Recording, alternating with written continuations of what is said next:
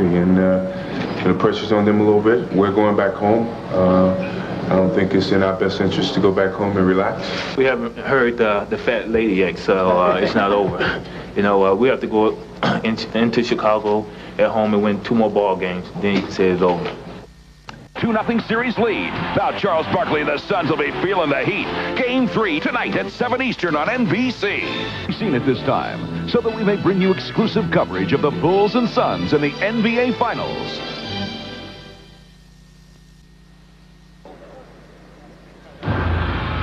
They trail 2 games to none. They face a champion regarded as superior in talent and resolve. Almost no one believes they can come back and win. So what do the Phoenix Suns do now? We are the best team in the world. Let's go, baby. Let's win it, baby. Johnson off the dribble. Rejected. Barkley from Johnson. He came up short. Nobody back for the Suns. It's Jordan. The Suns, a team rich with all-stars, have seen some of their best players diminish in these finals. Simply saying you're the best isn't enough. On this stage, those words can ring hollow. So what do the Phoenix Suns do now? Marley, hey, let's kick the go, baby. Go. Oh, beautiful alley-oop for Scottie Pippen. Here's Jordan. Oh, what a pass. Jordan for 3. Fiery pregame words haven't worked even at home. And now the series moves to Chicago. They've battled and battered their way through an entire year. In some cases, entire careers. They get a shot at the championship. So what do the Phoenix Suns do now? Especially considering what they're up against. We're about to find out.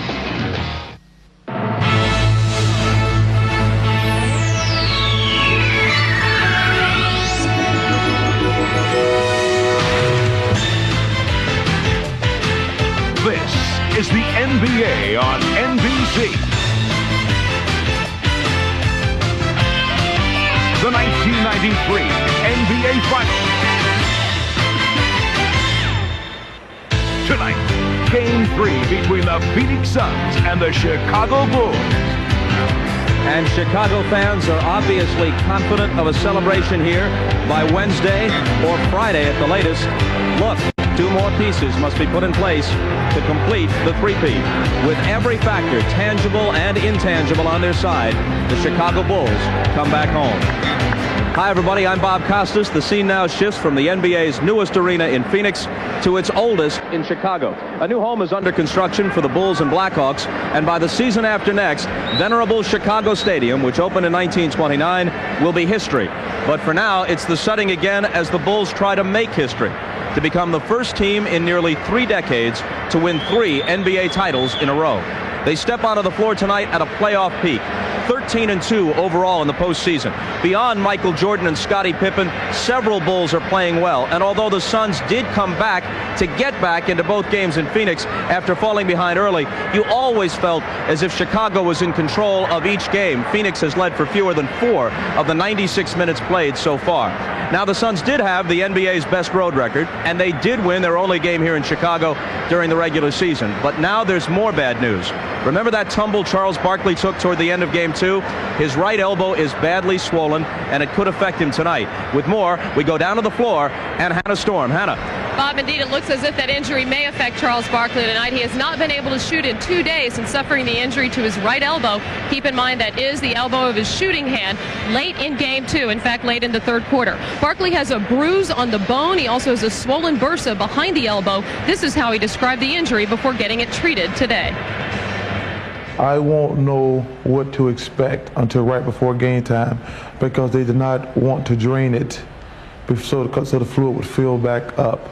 So I have no idea what to expect because right now I can't lift it above my head without tremendous pain. Barkley had fluid drained from the elbow about a half hour before game time. He was also given anti-inflammatory shots. As you can see, he was warming up with a significant elbow pad. He'll be playing with that throughout the game. I've just spoken with Charles. He said what he will have to do today is learn to adjust to the pain. He said he will definitely have restricted range of motion on that elbow. And Bob, Coach Paul Westphal said that if Barkley isn't effective, he'll look to Tom Chambers to pick up some of the slack. Yeah, only some of the slack. Too much for any one person to pick up completely. And that's just part of a long list of problems for the Suns, including the play of Kevin Johnson through the first 2 games, well beneath his standards. More on that from Marv, Mike, and Magic. Marvelous. All right, Bob, and added to that injury concern of Charles Barkley, the other dilemma facing the Phoenix Suns, as you mentioned, the ineffectiveness of the Suns point guard Kevin Johnson. Magic, why has Kevin Johnson had such enormous problems? Well, first of all, let's remember that KJ is the big reason why the Phoenix Suns has the best record during the regular season. But you want to know why? Because of an awesome team defense of the Chicago Bulls. Now, KJ is going to run their favorite play, which is the pick and roll, and he wants to get into the lane. Now, you're going to see 4 Chicago Bulls players come and want to stop him. There's 1, 2, 3, and 4 got their eyes on him, and what they want to do is make him kick it out to somebody else and let them beat him. Now, when he does get into the lane, the Chicago Bull big men are blocking his shot and intimidating him. Now, to compound all of that, KJ has more turnovers than assists. He has 9 turnovers to only 8 assists. And I think what he has to do is he has to get out into the open court and also run the 1-4 offense, because then he can break his man down, maybe get a jump shot or take it to the basket, because the pick and roll is not working. All right, and Mike, most teams are very fortunate to have 1 superstar on the roster. Not only do the Chicago Bulls have the combination of Michael Jordan and Scottie Pippen, but both players are playing their best ball of the season at the very same time. And we've seen that 1 superstar alone may not be enough to bring a team to the NBA Finals. Elijah Wong with Houston. Patrick Ewing in New York couldn't get it done.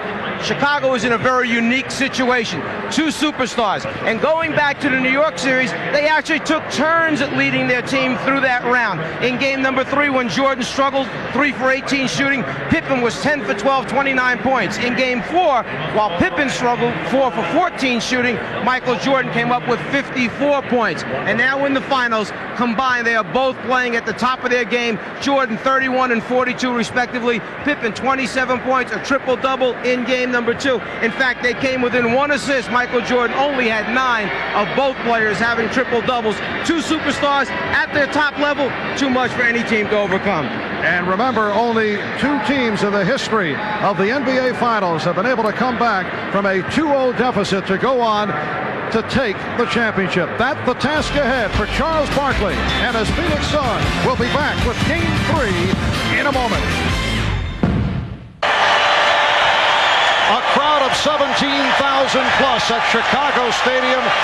This, the 292nd consecutive sellout, a streak that dates back to November of 1987, and this one of the loudest crowds in the NBA, and the decibel level will begin to rise with the introduction of the starting lineups. And here is the public address voice of the Chicago Bulls, Ray Clay. Good evening, ladies and gentlemen. The Chicago Bulls welcome the world's greatest fans to the Chicago Stadium. Tonight, Game 3 of the NBA Finals is between the Phoenix Suns and your Chicago Bulls. Now for tonight's lineups. First, for the visiting Phoenix Suns. At forward, from Auburn, 6'6" Charles Barkley. A 6'7" forward from Oklahoma State, Richard Dumas. At center, 6'10" from Old Dominion, Mark West. At one guard from Central Michigan, 6'6" Dan Majerle. At the other guard, 6'1" from California, Kevin Johnson. The Phoenix Suns are coached by Paul Westphal, assisted by Lionel Hollins and Scotty Robertson. The trainer, Joe Brodsky.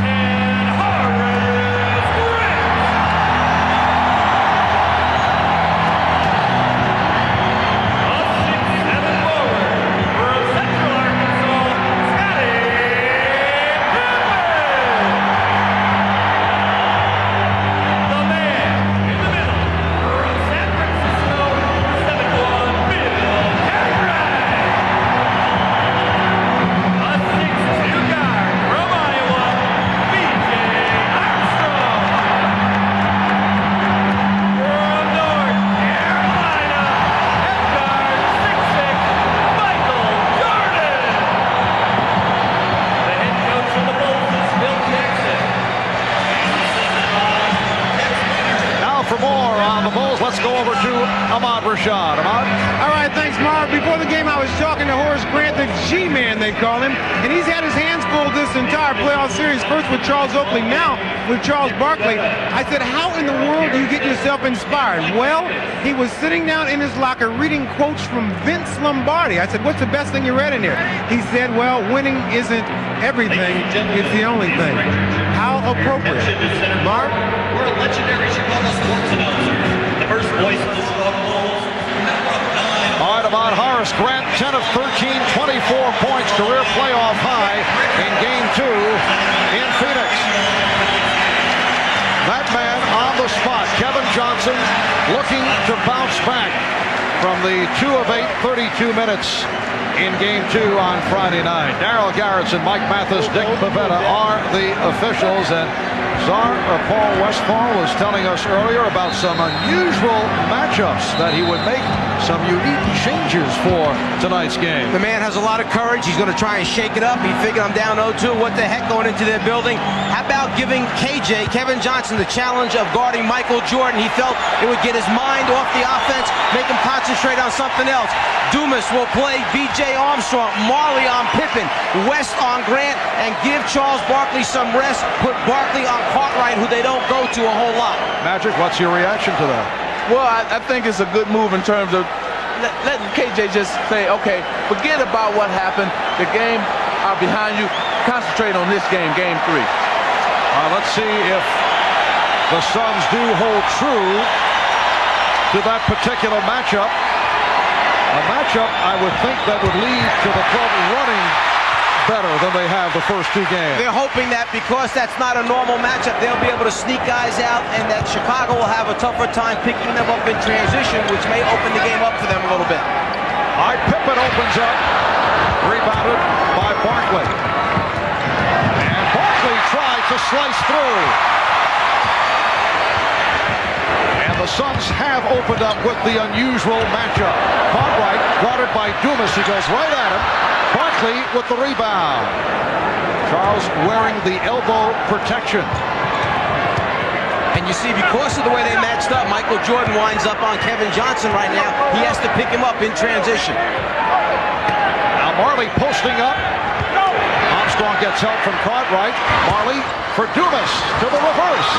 Richard Dumas had the excellent first game in this series, then sat out most of the second half in game number 2. Well, Phoenix over the first 2 games with the lead for only 3 minutes and 54 seconds out of the possible 96 minutes. They led for only 18 seconds in the second half. So the Bulls off to the slow start. They have gotten off quickly over the first 2 games. Here's Johnson, yes, and the Suns with a 4-0 lead. See, that's how you can break that shooting slump that you're into. Good move. Another turnover. Here's Marley with Pippen back. He pulls up for the 3. Rebounded by Jordan. Phil Jackson had mentioned to us, we have to weather the early storm because they understand if they don't come out with a lot of energy, meaning the Phoenix Suns, in this building, we'll put them to sleep early. So Phoenix had to come out and play hard from the beginning. Chicago has to withstand the early minutes. And Michael Jordan puts the Bulls on the board. And there's the concern with Kevin playing him, that Michael will post Kevin up. But then again, if Michael's got it all the time, then the other people aren't hurting him. Barkley setting for the 3, and he hits it.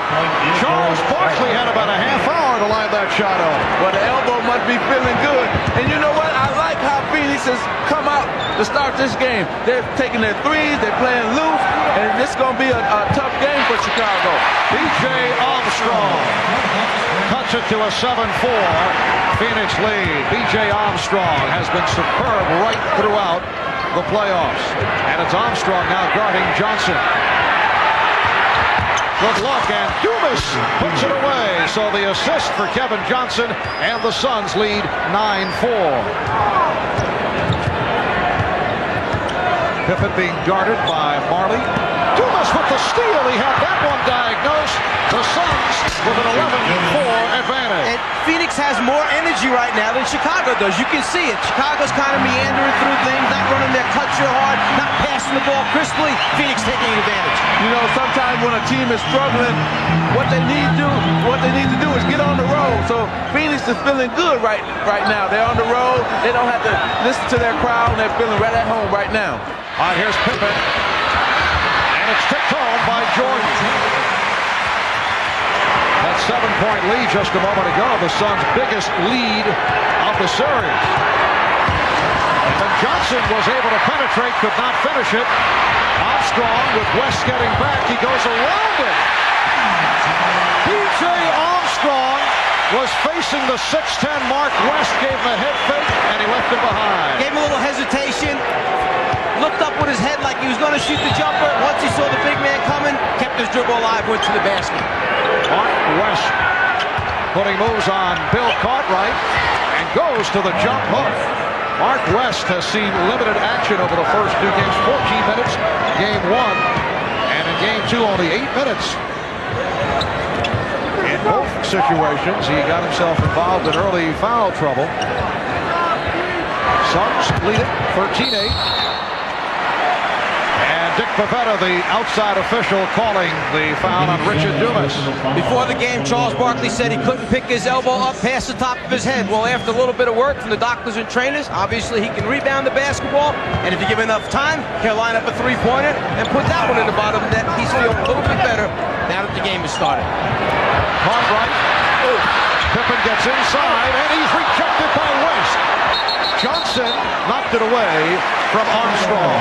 It will be Chicago ball with 21 on the shot clock. Something that they certainly can use, the presence inside of a shot blocker. West, whose minutes have been limited in the first 2 games, will block and change him. And another block by West, but Cartwright able to recover. Suns lead 13-10. 4.5 gone by.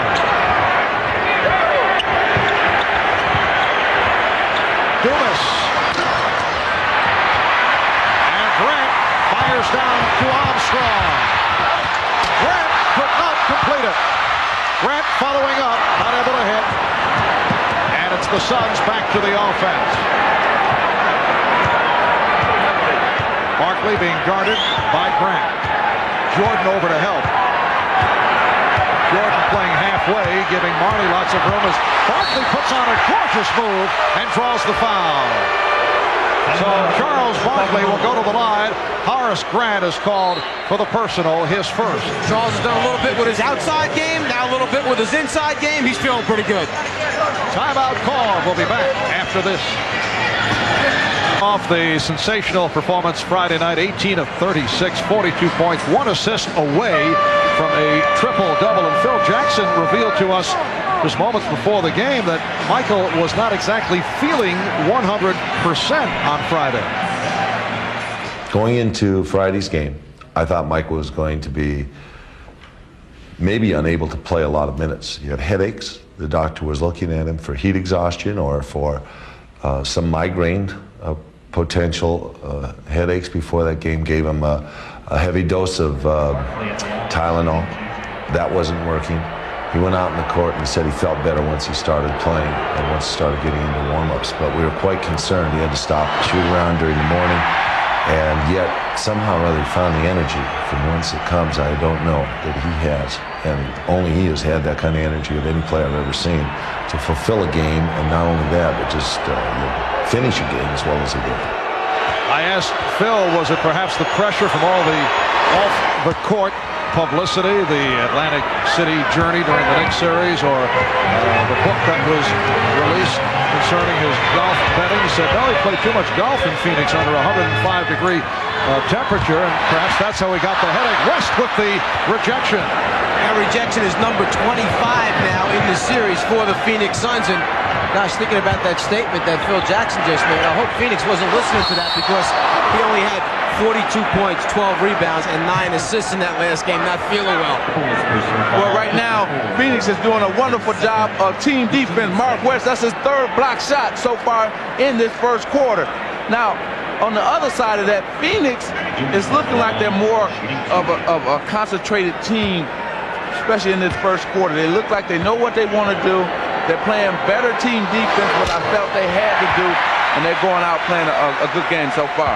Horace Grant called for that foul, and the Suns struggling at the line. 6:27 remaining in this first quarter. The Suns with a 15-10 lead. Let's go over to Hannah. Well, Marv, during that last timeout, Charles Barkley checked in with team doctor Richard Emerson regarding his injured right elbow. Of course, Barkley with a couple of rebounds early and a three-pointer, and he told the doctor, "I think we're going to be all right." Marv? All right, Hannah, Bill Cartwright taking a huge number of shots in the early going. He's 2 for 7 from the field. That sometimes is a 2 or 3 game total composite for Cartwright. And Barkley is stopped. Here comes Pippen. He has Armstrong. B.J. Armstrong. That's a two-pointer. His foot on the line. Suns 15 and the Bulls 14. And B.J. is opened up by hitting on 3 of 4. And Chicago's backcourt now 5 for 7. Their front court players just 2 for 11 to open up the game. Dumas had it knocked away. Last touch by the Bulls. Charles Barkley gives away a lot of size. Now, most times he gets away with it, but Chicago is so athletic that they come at you with a number of people that can block shots, from Cartwright, who's not real big on that, to Grant, to Pippen and Jordan. Barkley was stripped. 24-second violation as the buzzer sounded. You see, what I think Phoenix needs to do, especially when they want to go into Charles Barkley, is do what Chicago do with Michael Jordan. Run a play away from him and then bring it to him. Let him be like the second option, but really he's the first option. But run the play away from him, then bring it to him. And you saw Scott Williams over at the scorer's table getting set to check in for the Bulls' first substitution. Jordan changed his mind. Armstrong now working the right side. And Barkley able to rebound. The Suns 15 and the Bulls 14. Just under 5 minutes remaining. First quarter. Kevin Johnson. And the call is last touch by Jordan. So Phoenix maintains possession. It will be a combination of Scott Williams and Stacey King replacing Bill Cartwright and Horace Grant. Grant with the 2 fouls did not score. Cartwright leaves with 4 points. Would you say that so far this has not been the explosive beginning that Chicago normally plans on? The crowd getting involved, and it's because of the good start by Phoenix. Here's West. Dumas on the tip. And the Suns now lead by 3. Bulls try to break, but the Suns did get back. Jordan with room for 3. Yes. Michael Jordan has 7, and he has tied the game at 17. Oh, Armstrong went down, and a foul is called. Foul on West, who blindsided Armstrong. Mark West just apologized to B.J. Armstrong. Well, what they're trying to do is take that pressure off of KJ and set a pick in the backcourt for him. And what they say, I guess he was moving when he decided to set the pick. See, you're going to see Mark West move over. But what that's going to do is remind B.J. all the time now to look up and look for that pick. Even though he got the offensive foul, Mark West, it's a good move to try to free up KJ. Here is Pippen. Bulls with a 9-2 run have taken a 2-point lead. First time this evening that Chicago has the lead. Johnson accelerates. He could not penetrate the middle, and he's called for the offensive foul. Well, in that last timeout, Ahmad Rashad mentioned that Phil Jackson stressed big men. Get over in front of KJ. Don't let him get to the front of the rim. It's exactly what they talked about in that timeout. Armstrong. B.J. Armstrong once again providing much damage to the Phoenix Suns. Fast start, he's at 4 out of 6. He has 8 points. Chicago leads 21-17. Here's Majerle. Yes. And Majerle, over the first 2 games, not able to get into it in the first half. In both situations, he came on in the second half. That's his first field goal of the night. Here is Pippen. Scottie Pippen getting good looks. His second field goal has 4. The Bulls now lead by 4. Again, they pick up Kevin Johnson at midcourt. Well, they're just trying to wear him down. What they want to wear him down, especially for the fourth quarter. Barkley lost the handle. And they will jump it up. Pippen diving on top of Dumas to tie him up. Off the dribble, Scottie Pippen elevates and then gets a clean, wide-open look at the front of the rim. You've got to have a hand in his face, go up and challenge the shot. The scramble for the loose ball. This is the finals. You get on the floor and get after all of the loose ones. Timeout called with 2:52 left in the first. Well, B.J. Armstrong came on very strong at the end of the regular season. He has had an excellent playoff run. It took a while for B.J. to gain the confidence of Michael Jordan and the rest of his teammates when he was inserted into the starting lineup earlier this season. It was not readily accepted, but it is a different story now, and we talked about that with Michael Jordan. I think B.J., like most college players coming to this level, want to be a star. They want to be noticed. They want to score. They want to be known as a scorer. I think most of the people realize that if you score a lot of points, sometimes you get a lot of recognition. But I think from what B.J.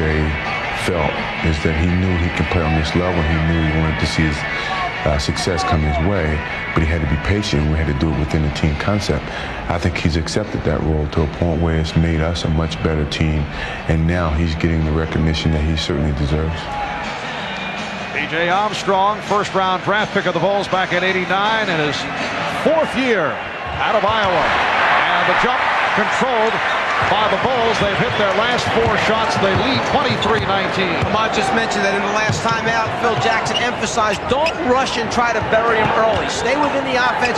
We know that KJ's playing Michael. We could go to it all the time, but that would take the other guys out of the game. They don't want to do that. They'll get to Michael eventually. Last touch by Dumas. The Suns have inserted Oliver Miller for the first time. And I think what Coach Paul Westphal is doing here with all these mismatches and going to different lineups is he's trying to conserve first Dan Majerle's energy where he can get off offensively. And then when KJ is guarding Michael Jordan, that means that he can get away from BJ and won't be pressured all over the court once the outlet comes to him.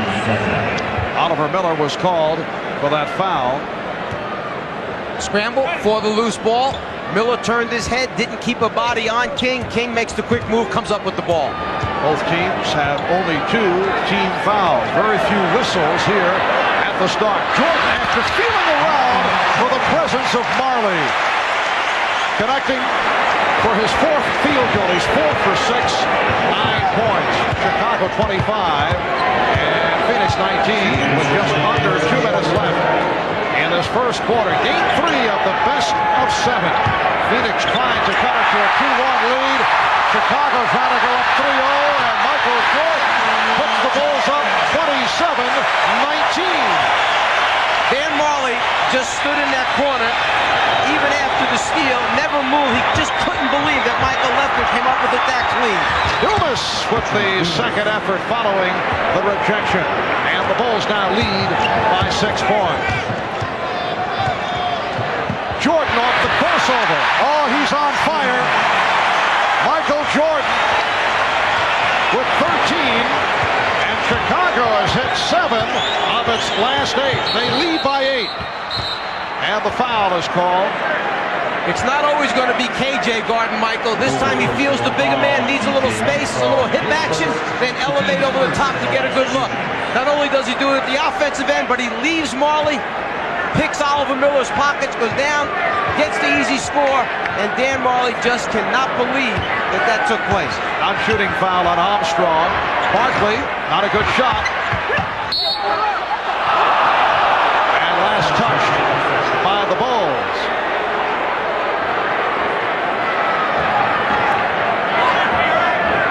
Dumas, Barkley, Miller on the front line. Majerle and Johnson in the backcourt with 1 minute left in this first quarter. Dumas stripped. Jordan knocking it away.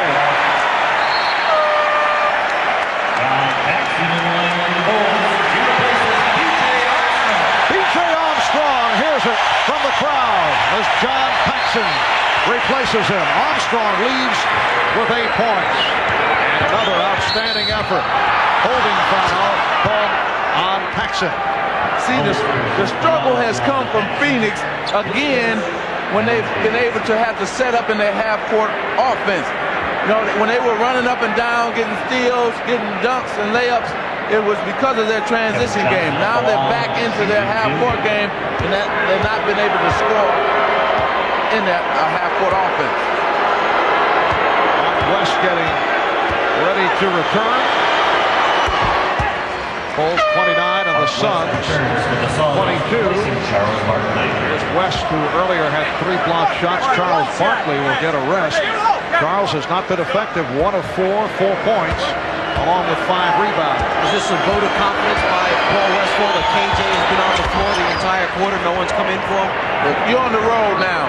Frank Johnson is a good player, and he probably plays better when he's at home. But now you're on the road in the biggest game in probably Phoenix Suns history to date. And you got to go with your veteran. You got to go with the all-star and KJ. Jordan tried the bullet pass. The officials checking it over. Garrettson and Pavetta in a discussion as to who knocked it out of bounds. Pavetta apparently had the better look, and he says last touched by Chicago. Well, to me, it hit Oliver Miller and went out of bounds. Nobody else from the Chicago team touched it after that. So you got a break there for the Phoenix Suns. Yes, that's the contention of the Bulls, but the ball goes to Phoenix. Half minute remaining in this first quarter. Chicago leads by 6. Dumas, Miller with the tip. So the Bulls now lead 29-25. 20 seconds remaining in the quarter. Pippen saw the opening and lost it. And they say offensive foul. It's a charge called on Pippen. I don't know if anybody knew what the call was at the end. Everybody just kind of stood around and waited. Was it going to be a foul for moving underneath Pip? Was it going to be an offensive foul? And then suddenly the announcement that offensive foul was called. That might have been the first mistake of these 3 games that the Chicago Bulls have played. They shot. Pippen went in with 12 seconds. You know, there's a lot of time now on the shot clock. Danny Ainge, who had the strong game on Friday night, has come on for the first time. Here's Johnson. Yes. 4 seconds left in the quarter, and the Suns within 2. Marley with the intercept. Marley for Dumas. And they've tied it at 29. 1 and 5/10 seconds to go in the quarter. Scott Williams throws one the length of the court. Jordan with the shot. So the Suns score the last 8 points of the first quarter. They've come from behind to tie the game at 29. And what Magic was talking about wound up being a 6-point swing in the game potentially. 2 that Chicago didn't end to get the quarter, and then after the score, steal, and another score, 4 more points for Phoenix. After 1 here in Chicago, the Bulls 29, the Suns 29.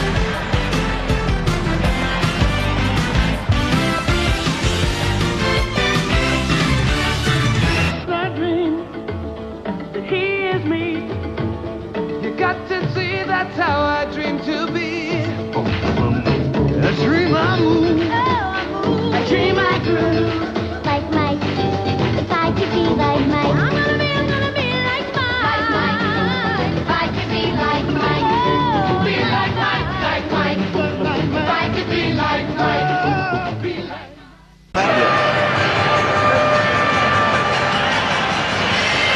That last critical turnover that Chicago had, as Magic mentioned, came about with 12.3 seconds remaining on the game clock and shot clock.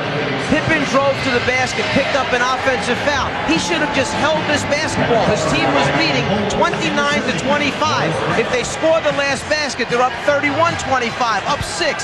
But by him going early, it gave a chance for Phoenix to go down, score, steal the inbounds pass, score again, and you wind up with a 29-29 basketball game to end the first quarter. I know when I was with the Lakers, if I had to turn that ball over or shot it during that time, Riley would have met me at half court, been screaming and hollering all the way at me. Second quarter is underway. Grant back in there, rebounds. Trent Tucker has come on for the first time. So a three-guard alignment for Chicago. Jordan, Armstrong, and Tucker, along with Williams and Grant. Armstrong is open for three. 11 for B.J. Armstrong. And the Bulls lead 32-29. Tom Chambers has checked in. Chambers up front with West, Marley, Johnson, and Ainge in a three-guard set. Marley for three. Yes, and Dan Marley is on target. They finally took advantage of the team defense of the Chicago Bulls, spotted up Dan Marley on the penetration, kicked it out to him for 3-point. The game tied at 32. Jordan with the room. Too much room for Michael Jordan from the Phoenix point of view. 15 for Jordan. The Bulls 34, the Suns 32. Marv Albert with the czar of the telestrator, Mike Fratello, Urban Magic Johnson. Bob Rashad had a storm. Bob Costas will be along at halftime with the Prudential halftime report. Bill Walton and Peter Vesey. Here's West getting inside. Mark West with his second field goal, and again we're tied 34 apiece. Minute and a half gone by in the second quarter. Scott Williams. Johnson gets it down for Chambers, and Phoenix is up by 2. Well, see, this is what I was saying. The way you can get Kevin Johnson involved is to get out in the transition. And they just were able to do that in that succession right there.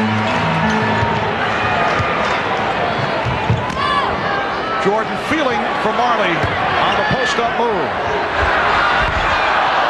Rebounded by Scott Williams.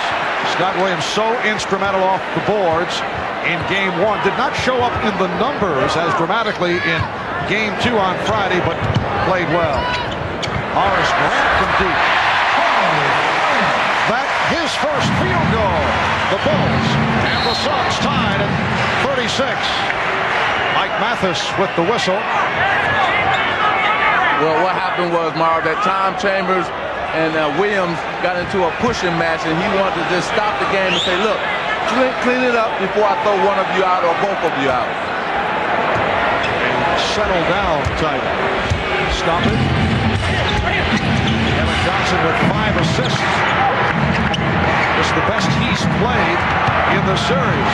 Chambers. Tom Chambers off the bench.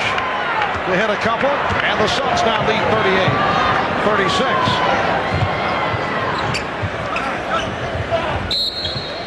And it's called against Chicago. It is an offensive foul, elbow indicated. And it's on Grant. That is his third. 3 personals on Horace Grant. One of the reasons why Phoenix is shooting 57% in this game is they've gotten many more easy scores as compared to the first 2 games where they shot just 46% combined. The Suns are feeling. Most critical for Chicago to have Grant on the floor. He steps up to back pick as his teammate cuts. Ainge gets hit with the block. The official calls an offensive foul, number 3 on Horace Grant. He's not real happy with that. He knows he has to go to the bench. Let's take it over to Hannah for a second, see what she's got from the Phoenix bench. Well, Charles Barkley is still sitting at the end of the Phoenix bench. He's not re-entering the game. At this point, Charles is having ice applied to that injured right elbow. Dr. Richard Emerson is afraid that Charles may have lost some of the strength in that elbow. They have some ice on it right now to keep the swelling down. Marv? All right, Hannah, the Suns 38, the Bulls 36. 3 minutes gone by in the second quarter. Kevin Johnson backing his way on B.J. Armstrong. Chambers, yes. The Suns have hit 8 of their last 9, and Tom Chambers a major factor. He's hit 3 of 3 from the field. For the first time in this series, in this game, the Phoenix Suns are taking advantage of the double teaming trap that the Chicago Bulls are putting on them. So they're getting good shots and they're knocking them down. Here's Jordan. Well, he beat Marley, but went short, tried to alter the shot as he was putting the move on West. Marley on the rebound. Another opportunity for the Suns. 3.5 gone by in the second quarter. For West. West rejected and fouled by Pippen. Scottie Pippen committing his second. Trying to take a page out of Chicago's defensive book. Big men come over, close down the lane to the basket. Mark West rotates underneath Michael Jordan. It makes Michael come up a little bit short. Michael not real happy about it afterwards. Has a few words to say to Darryl Garretson as they head down the floor side by side. Good buddies, Michael Jordan, Darryl Garretson. And Mark West, a very poor free throw shooter, 52% during the season. Hits on the first. Mark West started his NBA career with Dallas, then on to Milwaukee. Cleveland, this is his 6th year with the Suns. Acquired in that deal involving Larry Nance. And hits on both, and Mark West has played well in the first quarter. The Suns lead by 6.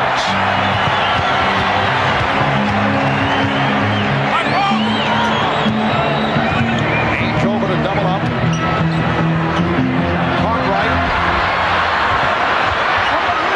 They'll jump it up. Pippen and Barkley will jump it up. Phil Jackson making some more changes. Darrell Walker, who has seldom played in the playoffs, has come on. He's on the floor along with Armstrong and Jordan, Cartwright, and Pippen. And Danny Ainge read that Darrell Walker was on the floor. He ran right over and double-teamed Michael Jordan. They said, you can have the ball, Darrell Walker. You're going to have to beat us. Walker got to it, and a foul is called. It's on Walker. Mathis with the call, with Walker looking for position against Ainge. Here it is. I think he called Darrell Walker for pushing off with that left arm as Ainge tried to rotate around and steal the jump ball. 6 unanswered points by Phoenix for the 6-point lead. Kevin Johnson goes all the way. It will not count. Offensive foul. For Kevin, his second personal. Kevin Johnson must understand he needs the in-between game. When you beat the first guy off the dribble, you've got to pull up about 8 to 10 feet from the basket and look to shoot that in-between jumper or then drop it off. You can't get all the way to the front of the rim against this Bulls team.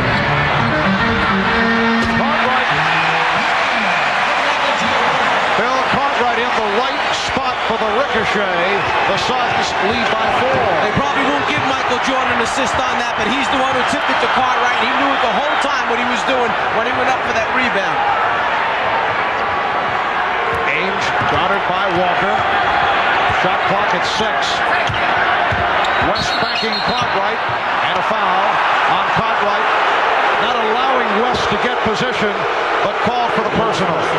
Well, right here, you're going to see that first Bill Cartwright has 2 hands in the back, and that's what the call was, 2 hands in the back. You're not allowed this year to have 2 hands in the back. Non-shooting foul. Second team foul called on Chicago. Johnson, but it was met by Cartwright on a switch, and was able to get the shot off on target. The Suns playing well, lead the Bulls 44-38. 5 minutes and change gone by in the second quarter, and a pushing foul called on Phoenix. It's on Ainge. Going back to that KJ play, if Phoenix want to get him more shots, more involved, still run Phil Cartwright in the pick and roll because he will not come out and challenge KJ.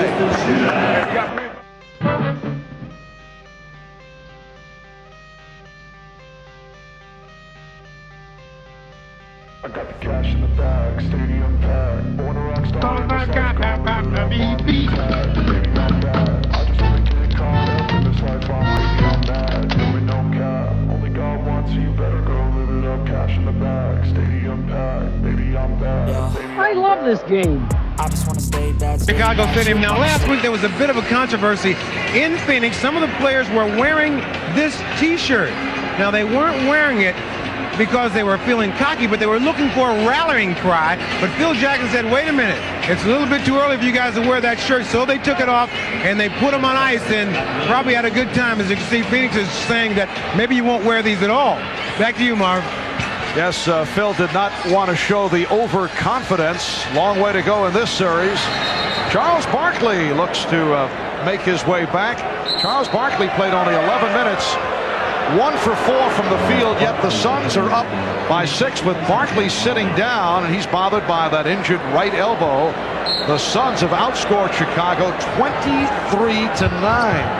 The reason for that was, Marv, because the Phoenix Suns players were not standing around watching Charles Barkley. They were moving without the ball, and getting themselves involved in the offense. Armstrong off the weave setup by Chicago that has been so effective, and the Suns now lead by 4. Yes, Magic, that's the downside. Of course, you'd rather have Charles Barkley in the lineup. We're talking about the league's most valuable player, but at times, with the back-end moves, and he does hold the ball too long as Kevin Johnson is able to hit. And there was more movement with Phoenix over that period when they outscored Chicago 23-9. Yeah, you definitely want him on the court, but if the team is playing well without him, that was a smart move by Paul Westphal to leave him out and let the team continue to play well without him. Here's Pippen. Now Scottie Pippen has been off. Pippen is 2 of 7 from the field. But another opportunity for Chicago. Barkley runs in to Cartwright and picks up his first foul. Remember what Mike Fratello was talking about right here. KJ pulls up early. He did not go in to get that offensive foul, and he makes the basket. So KJ must have heard you, Mike. That in-between game, you have to have that if you're a guard that penetrates, because they'll eventually close down the path to the basket. It's kind of interesting, that start by Phoenix of KJ on Michael, got him off. Now they're back to a normal straight matchup of KJ on BJ. And Pippen, trying to save that pass that went astray, stepped out, so Phoenix will get it back. BJ coming off the screen, set by Pippen, throws back a little bit behind where his teammate was. The turnover takes place. Johnson out guarded by Tucker, goes to the left hand, beautiful move! Kevin Johnson at his very best, off the crossover, beats Trent Tucker, and the Suns showing much life, now lead by 8 points. Well, because of KJ is showing life. He's making smart decisions. He knows when to drive, when to penetrate now. And the basket right there by Armstrong. Armstrong has 15, Suns 48, the Bulls 42. Chambers guarded by Williams. And pass by Chambers. Armstrong for Tucker, spots up for 3. Yes. He's a hired gun. That's why they brought him here. Open the game up. Get behind that three-point line with Pippen and Jordan having the ability to penetrate. Just stand back there, Trent, shoot the open shot. Yes, they wanted Trent Tucker in the... That's an offensive foul. They wanted Trent for the Craig Hodges role, but he has not been consistent with the shot. It's also very difficult because if he misses 1 or 2, he usually sits down, does not get the other opportunity. Danny Ainge holds that screen, sticks the hip into B.J. Armstrong, trying to come over the top of it a little bit too long. The offensive foul is called. B.J. Armstrong knows that. He stuck his nose in there, took the punishment. Scottie Pippen bringing Chicago within 1. Suns have led by as many as 8. We're coming up on 4 minutes remaining in the half. Kevin Johnson, rebound, Scott Williams.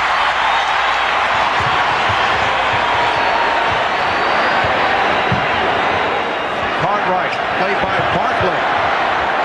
Williams, they're giving him the shot. They feel Scott Williams cannot beat them from the outside. Here's Chambers on the drive. Offensive foul.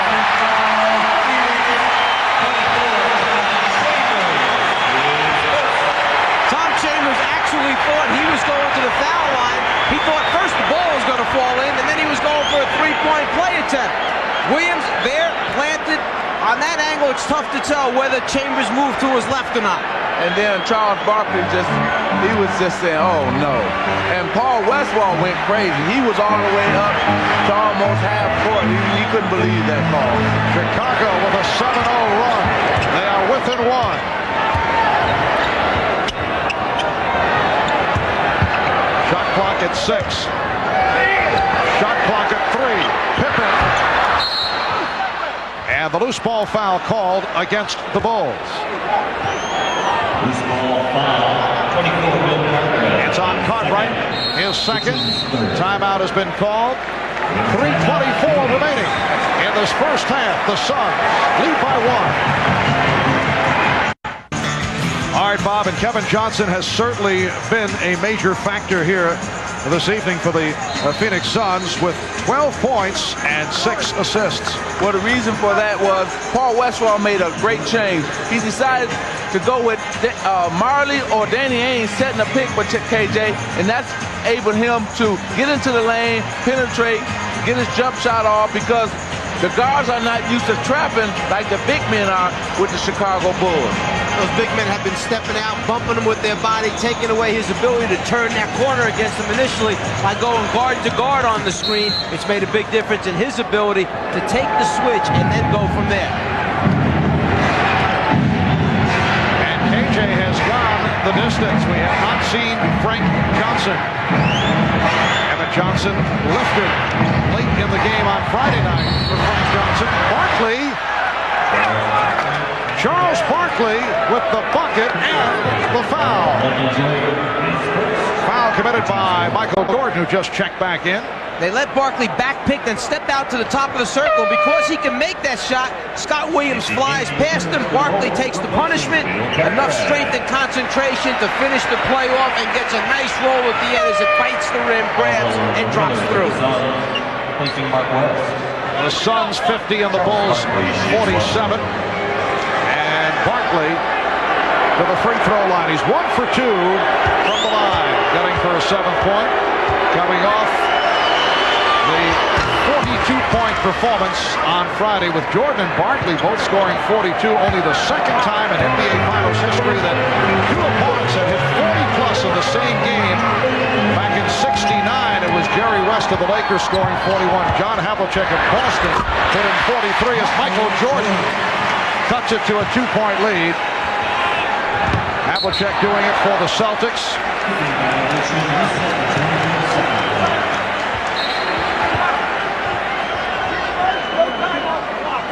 Well, here's that out-of-bounds play, and you can see that Scott Williams dove there and knocked it out of bounds. But this is the first time we've seen full court pressure by the Chicago Bulls in this game.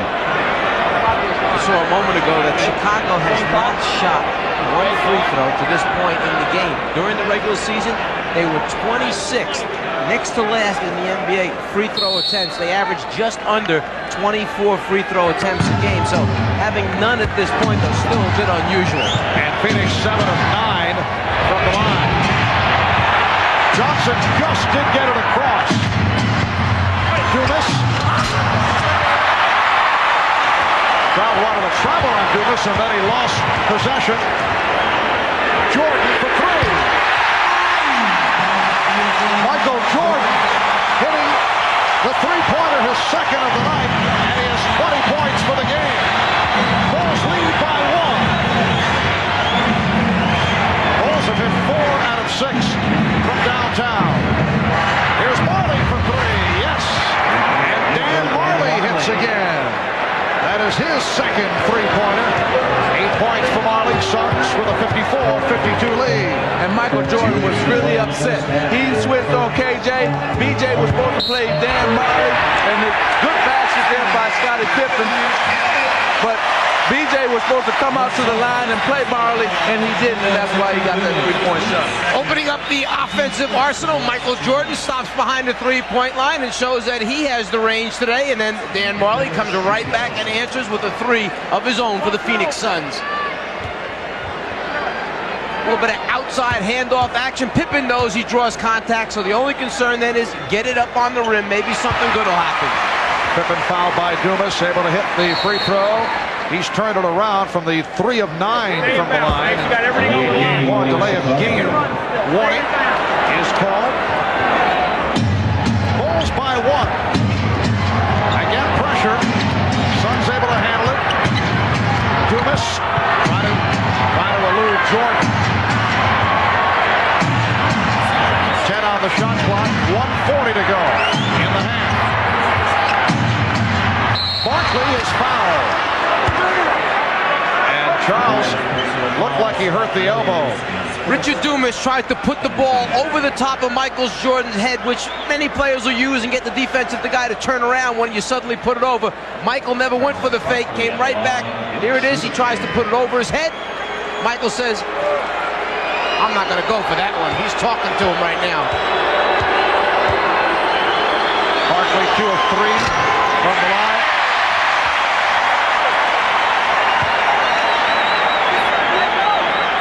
On the drive, Barkley may have gotten hit in the same elbow again that was injured coming into this game. Pump fake, the body lands right on it. He feels it in the sore elbow. They drained the elbow about a half hour before the start of the game. Misses on both free throws. Bulls 55 and the Suns 54.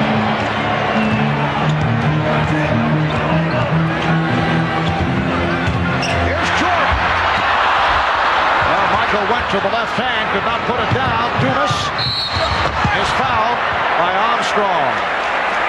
Oliver Miller coming over, challenged Michael enough to break his concentration. The Bulls personal foul on B.J. Armstrong is second. Michael thinks he's going to go with the left, but that long outstretched arm makes Michael bring it down just long enough to fall short. And then KJ sees Dumas running down the court, and only thing B.J. could do was foul him. Dumas now 2 of 3 from the line. Richard Dumas, the rookie from Oklahoma State, 71% free throw shooter. Phoenix 56, Chicago 55. 1:10 left in the first half.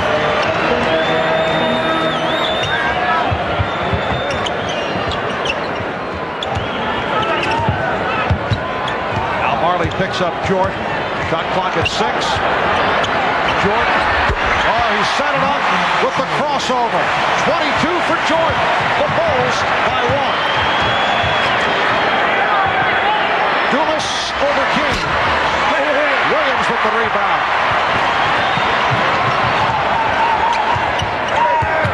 Stacey King. Trying to change his mind. Majerle for Barkley. And he's rejected by King. The basket counts. It's a goal tag. Once the basketball goes up on the backboard and touches the glass, you cannot take it back off. It touches, there's the pin, then after it's on the glass, you can take it to the glass, you just can't take it off once it's on there. And last time down, Phil Jackson was really upset because King had a great backdoor pass to Scottie Pippen, but never looked for Scottie after Scottie had thrown it to him in the post. Took the move himself, came up short. Here's Armstrong for 3. Final seconds of the half. Phoenix up by 1. Dumas for Johnson. Time running out. Kevin Johnson. So halftime in Chicago. The Phoenix Suns with a 58-57 lead on the Chicago Bulls. Charles Barkley playing with the injured elbow. Only 3 of 6 for 9 points. Michael Jordan 10 of 16. He has 22. Phoenix shot 56% from the field, and Chicago at 50%. Bob Costas and the Prudential halftime report is coming up. At the half, Game 3 of the NBA Finals, it's the Suns with a 1-point lead.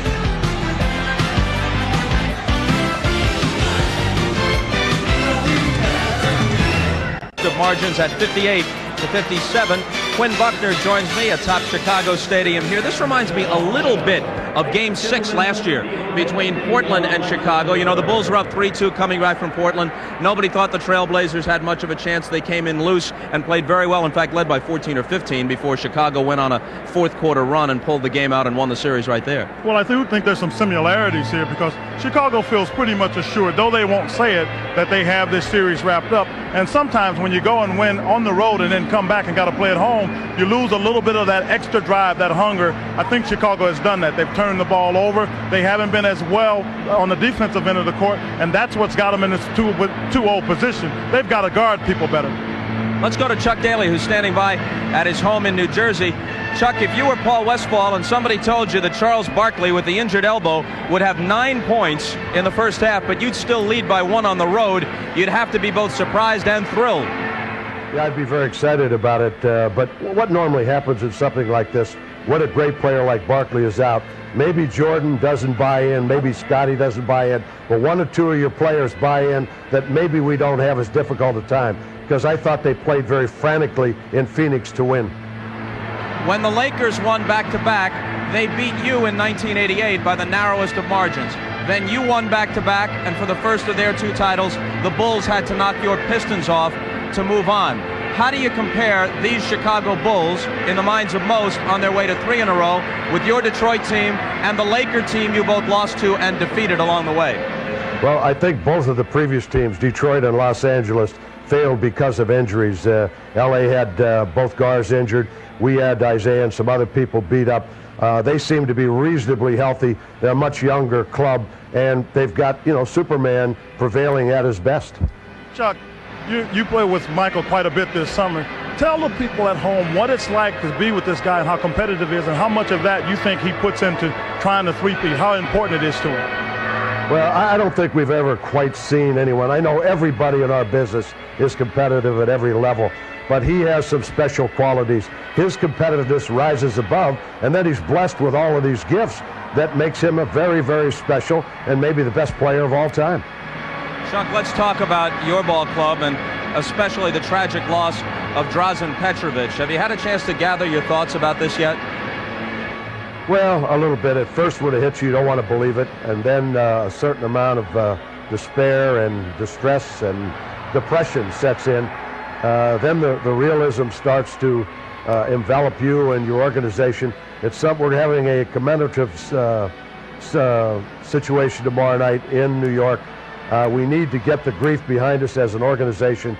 This was a kid that, worked very hard to get where he was, very competitive. A lot of people don't realize he was named to one of the top 15 players in the NBA this year, 3rd team All-NBA, and he did it surely on his own ability. A tremendous individual. I think we'll all remember his smile. Of course, we think first of his loss in human terms, but it's also had an effect on your roster, and the composition of your team has changed drastically since you first arrived the season before this one. Terry Mills gone. Mookie Blaylock traded for Emil Robinson. Now he may be gone. Chris Dudley, an unrestricted free agent, and the death of Drazen Petrovic. This presents a much different challenge than what you might have expected a short time ago for you. Yeah, I would say so. When I came here in September, we were hopeful of having all of these people, including Dudley, in our lineup. Right now, we're struggling to do that, and we're going to have to do a lot of evaluating, I think, with this roster, and a lot of work. Chuck, as always, a pleasure to talk with you. Thanks for taking the time. Thank you very much. Okay, when we come back, we'll be joined by the insiders, Peter Vesey and Bill Walton, as we talk a bit more about the Suns and the Bulls. That's after a message from Prudential and a word from the NBA. Quartet. B.J. Armstrong, it's all yours.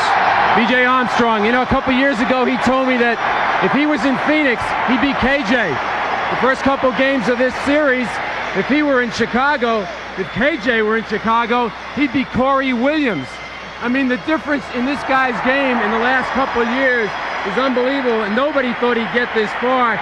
It's made the Bulls a much more resourceful club because it gives them one more guy on the break. He's making great decisions. He's learned an awful lot from Paxson. He's now able to spot up, and Michael Jordan knows now to look for him, and BJ is not afraid to take the big shots when Jordan's in the game. All right, now, Bill Walton has been caged up through the first 2 games. This is his first appearance of the finals, so naturally, he wants to come out with a strong point. And even though the Suns lead by 1 at the half, you say...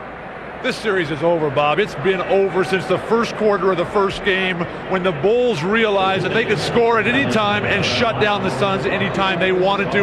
The Bulls have been playing the clock ever since the first quarter of game 1.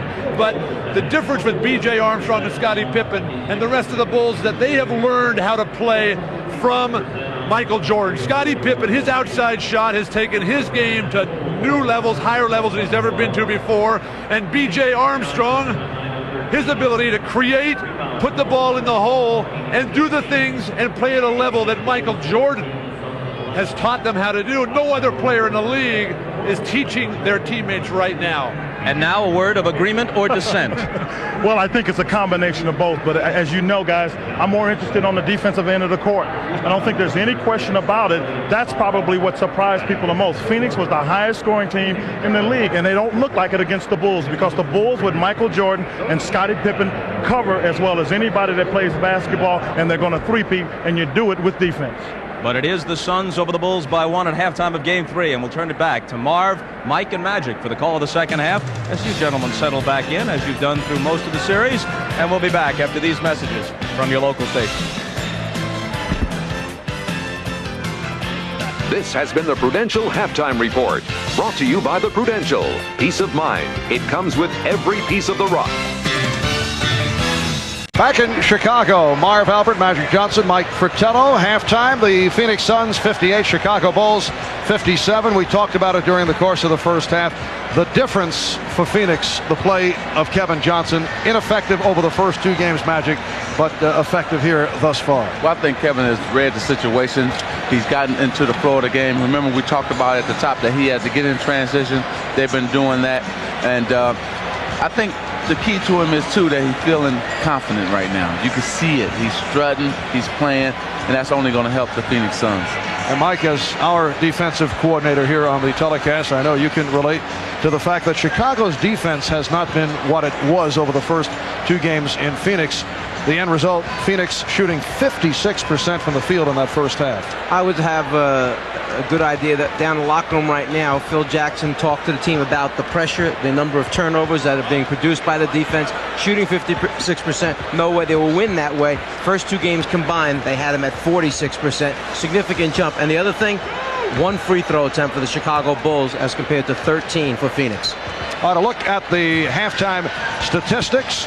Tonight's Miller Genuine Draft halftime stats. You see the shooting. Phoenix 23 of 41 for the 56%. Chicago at 50%, 26 for 52. And Michael Jordan leading the way, 10 of 16. He is the high point man with 22. And Mike, as you mentioned, the disparity at the free throw line. Phoenix 9 for 13, and Chicago going to the line only once. And look at Charles Barkley, bothered by the injured elbow, 2 for 5 for 9 points. Let's go over to Hannah, who was alongside Phoenix coach Paul Westphal.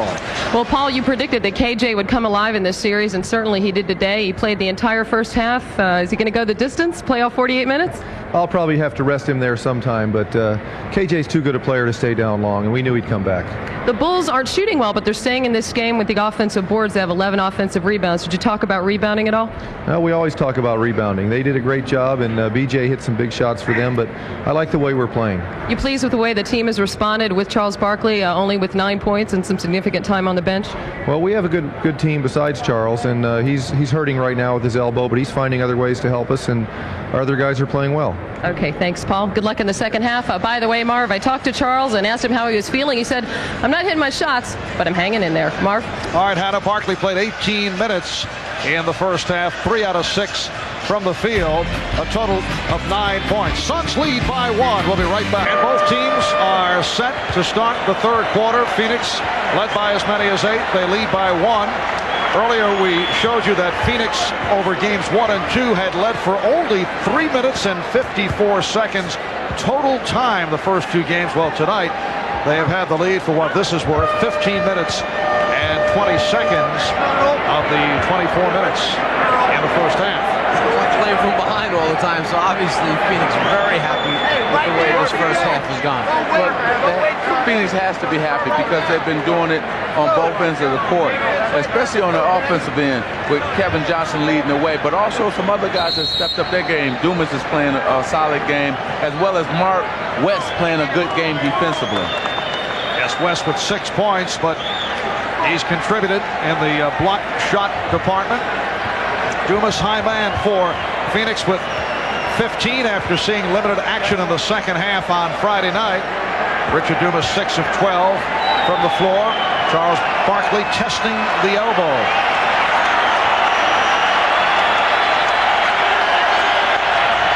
So we're set for the third quarter. It's game 3. of the best of 7. Game 4 here in Chicago on Wednesday will be on hand starting 9 o'clock Eastern time. And Game 5, if necessary, here in Chicago next Friday starting at 9 in the East. Johnson with the step. So Kevin Johnson extends to a 3-point Phoenix lead.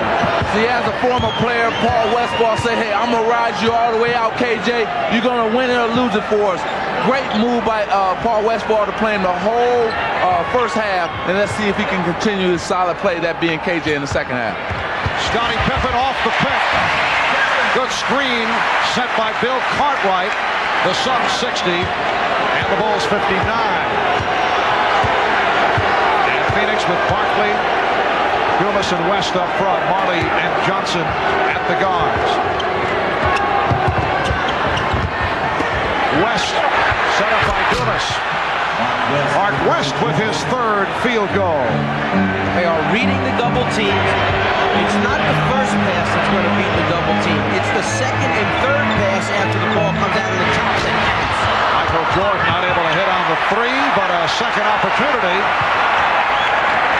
Horace Grant not had the playing time after getting in foul trouble. He's playing with 3 personals. B.J. Armstrong has had the hot hand. Now Jordan posting up.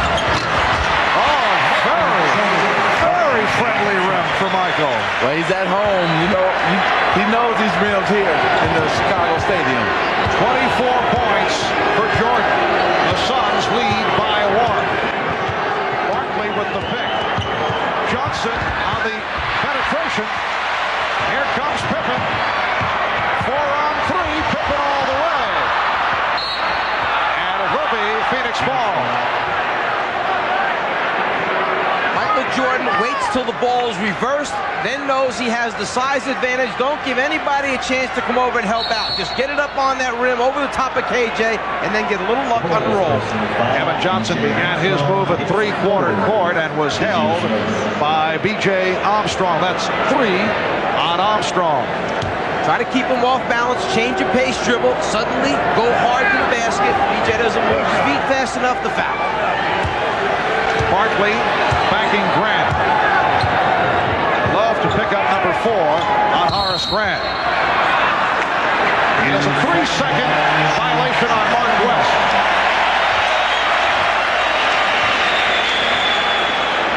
I'm not sure that everybody is happy with that call after the 3-second whistle. Charles Barkley, a little bit of frustration showing.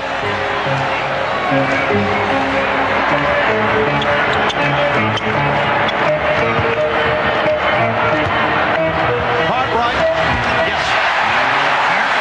8 points for Cartwright. The Bulls lead by 1. And you'll notice that Phoenix has gone back to the matchups, the unusual matchups that we saw at the start of the game. Johnson thought he had Marley, but Marley had moved to his left. It's a backcourt violation. Well, see, what happened was Dan Majerle stopped moving.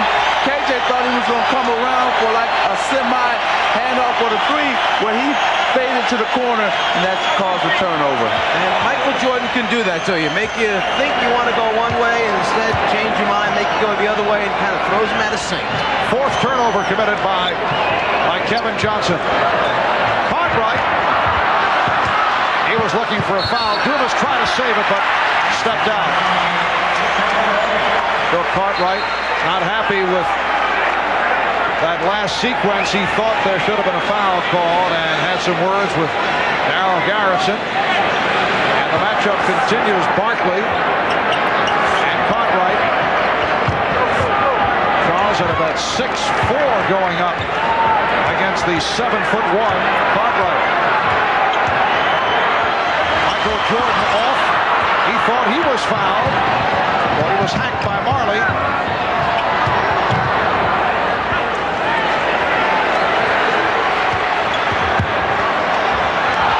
Oh, the crowd wanted the travel. And a reach-in ball. Foul on Pippen. That's 3 on Pippen. You got a lot of upset players out here. Now you're going to see a reach-in by Pippen. First, Barkley cleared some space. The crowd right there wanted a traveling on Barkley. Didn't get it, but it got a foul on Pippen. Great piece on Pippen and Grant. shot. West.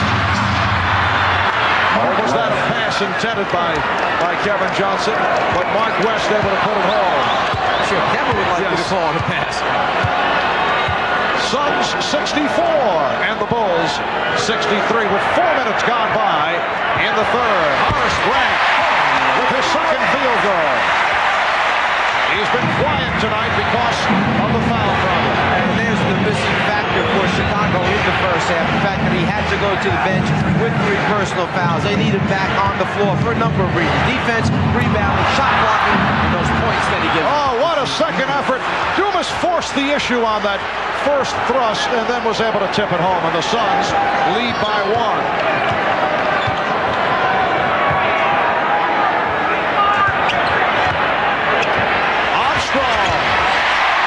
On fire. 17 for B.J. Armstrong. He's hit 8 of 11. Bulls by 1.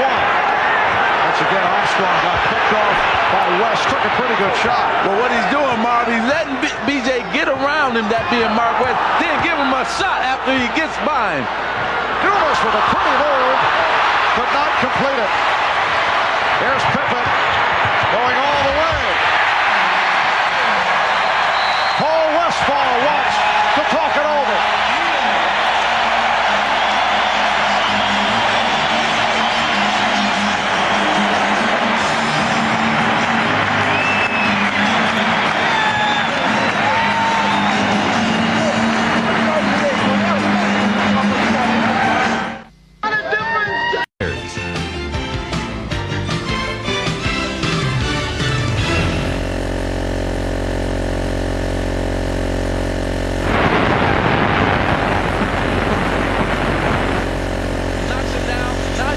Up and pressure KJ, and the crowd is upset because this shot right there by that right elbow by Mark West. Every time he sets the pick on BJ gets a shot afterwards. How about the combination of Armstrong and Jordan? They've combined 19 for 30 from the field for a total of 41 points. Here's some light pressure shown by the Bulls. Chicago leads by 3. Dumas, oh, what a move, but could not complete it. And again, Pippen on the open floor. Jordan for 3. Michael Jordan with his third three-pointer. The Bulls lead 72-66. 6:25 to go.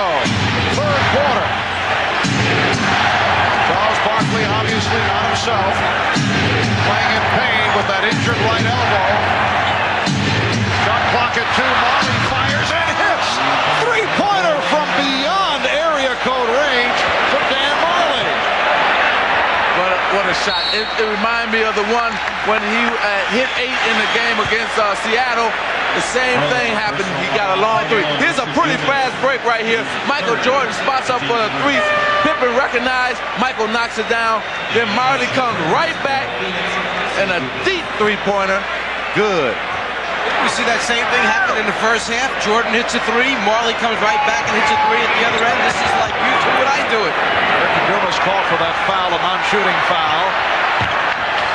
For Chicago with the new 24. Scottie Pippen is 6 of 14. Barkley. Magic, much can happen with 5.5 remaining in this third quarter, but can they reach the point where the Suns are better off with Barkley on the bench in this situation? Well, not really. Right now, you can't give up on him this early. You have to see what he can give you. I still say put him on the block, post him up, and then let the double team come. They've been effective with him passing out of the double team. Let's see if that happens here. Here it is with Barkley trying to back in and then throws it back out. Majerle had it knocked away by Pippen. To show you how much Charles has been bothered by the elbow, he's been averaging just over 20 shots a game in the playoffs, in the 19 playoff games up to this point, or 20 playoff games up to this point. He has only 7 shot attempts. Like you said, use him as a decoy. Put him down there. And that time, if Majerle would have thrown one more pass to the deep right corner, he had an open teammate. They're just giving up on swinging the ball one pass too early. Tom Chambers has checked back in along with Danny Ainge, who gets right to it, hitting the 3. And Phoenix is 5 for 6 from downtown. The Bulls 74, the Suns 72 with just under 5 minutes remaining in this third quarter. Grant played by Barkley. Pippen. Scott Williams with the rebound. Horace Grant.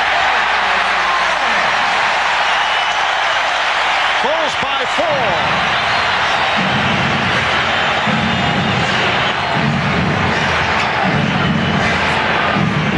Now Barkley guarded by Williams. Barkley, yes. Nice move by Charles Barkley. He now has 11, and the Suns are down by 2. He had to find a way of getting himself a little bit of space to get a look at that, so it took a couple fakes either way, then the step back to get it. Watch this battle under the glass between the two stars. Charles Barkley, Michael Jordan under the basket. As the shot goes up, Jordan keeps it alive by jumping in. Barkley then turns and boxes him out hard at the end. Grant getting good position, and he's pushed from behind. Pushed by Barkley using both hands. Exactly. You can't do that this year. You cannot put your hands in the player's back. They made that rule up way before this season, and it's taken a lot of post play away from a lot of players, especially on the defensive end. Just under 4 minutes left in the third. Chicago with the ball. They lead by 2. Pippen. Oh, rejected. Chambers over to help. Got a piece of it. Here's Chambers. Hit by Jordan. And a foul. Michael Jordan committing his second. You don't see Tom Chambers block too many shots straight up, but when you let him come from the offside, rotate over defensively, he'll get one occasionally. Then Jordan goes for the swipe right there, a little bit too much on. Third team foul on Chicago. Phoenix with 2. Barkley working down low. Pippen with the block. Pippen got a piece of it. Scottie Pippen has come up with a number of key block shots during the playoffs. Jordan. Johnson wanted to run, but the Bulls got back. Now Johnson to the left hand. Too much dribble. Kevin Johnson coughed it up. Here's Pippen. Foul. It counts.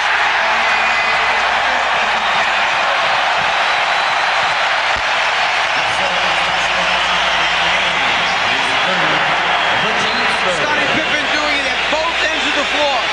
First, the willingness to come over and help your teammate out. Scott Williams was calling for help. Scottie Pippen comes up with the block and supplies it. And then the pitch ahead in transition. Ainge tries to stop the layup. Not strong enough. Pippen converts, and now we'll go to the foul line. After the play happened, Danny Ainge was upset with himself for not grabbing Scottie Pippen's arms and stop Scottie from at least getting a shot up. With his third, only a second free throw attempt for the Bulls. In 33 minutes of play, they went to the line only twice. Chicago leads by 5. Chambers, yes. The Bulls 79 and the Suns 76. It has been a very good shooting ball game. 2:40 to go in the third.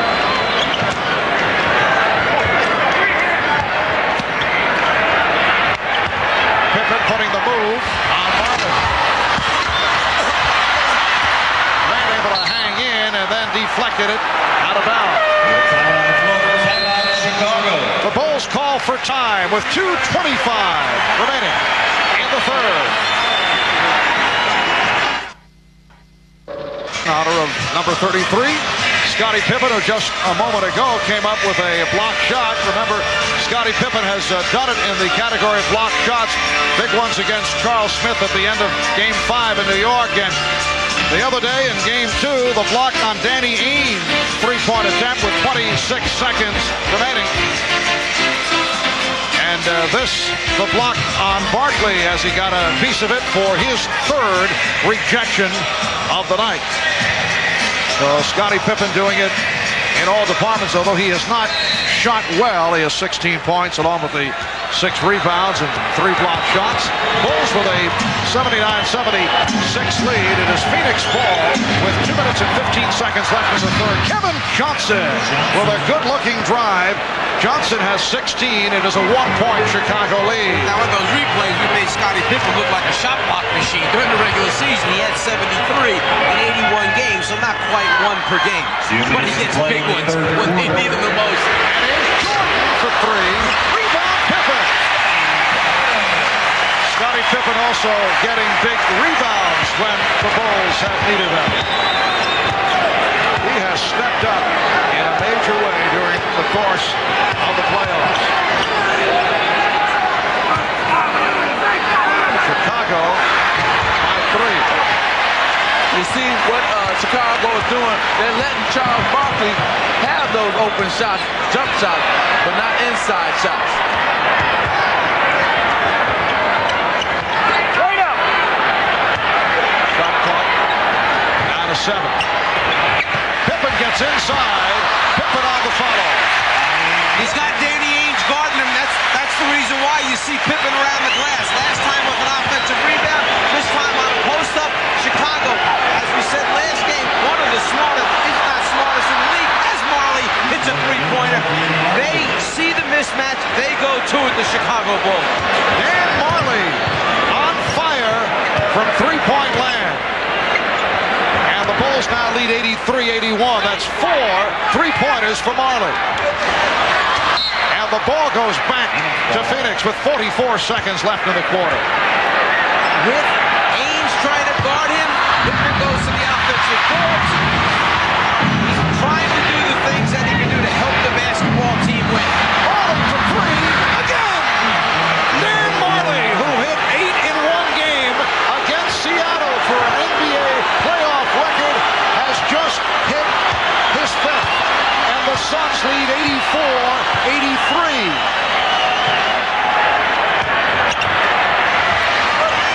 20 seconds remaining in the quarter as Michael Jordan has given the Bulls a 1-point lead.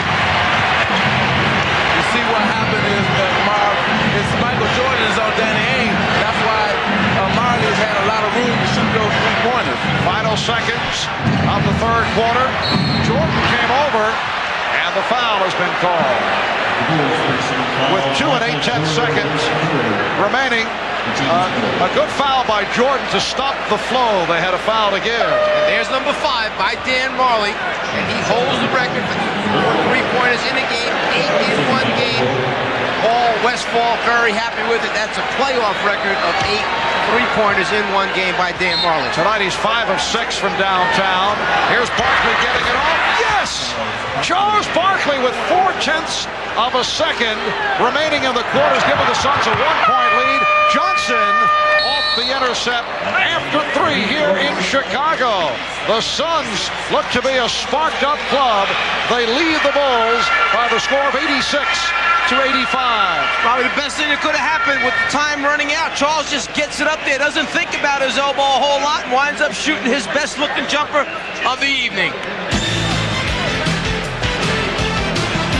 3 quarters complete. Phoenix by 1. We'll be back after these messages and a word from your local station.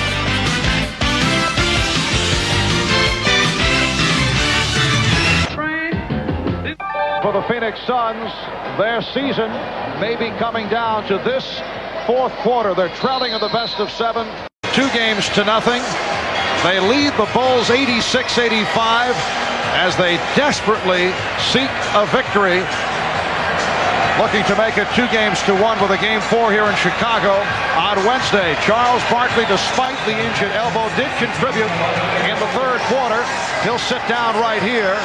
Phoenix with Ainge, Johnson, Marley, West, and Miller on the floor. And as Phil Jackson has done a number of times and in the finals thus far, given Michael Jordan the necessary blow to begin the fourth quarter. He's played 32 of the 36 minutes to this point. He's resting right now.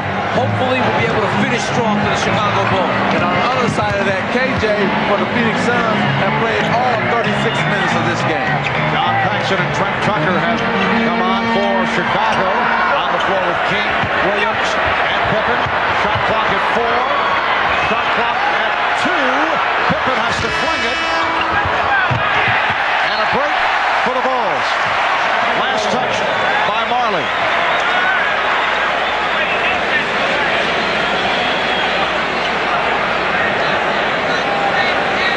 Chicago with the new 24. Scott Williams. Oh! Rebounded by Oliver Miller.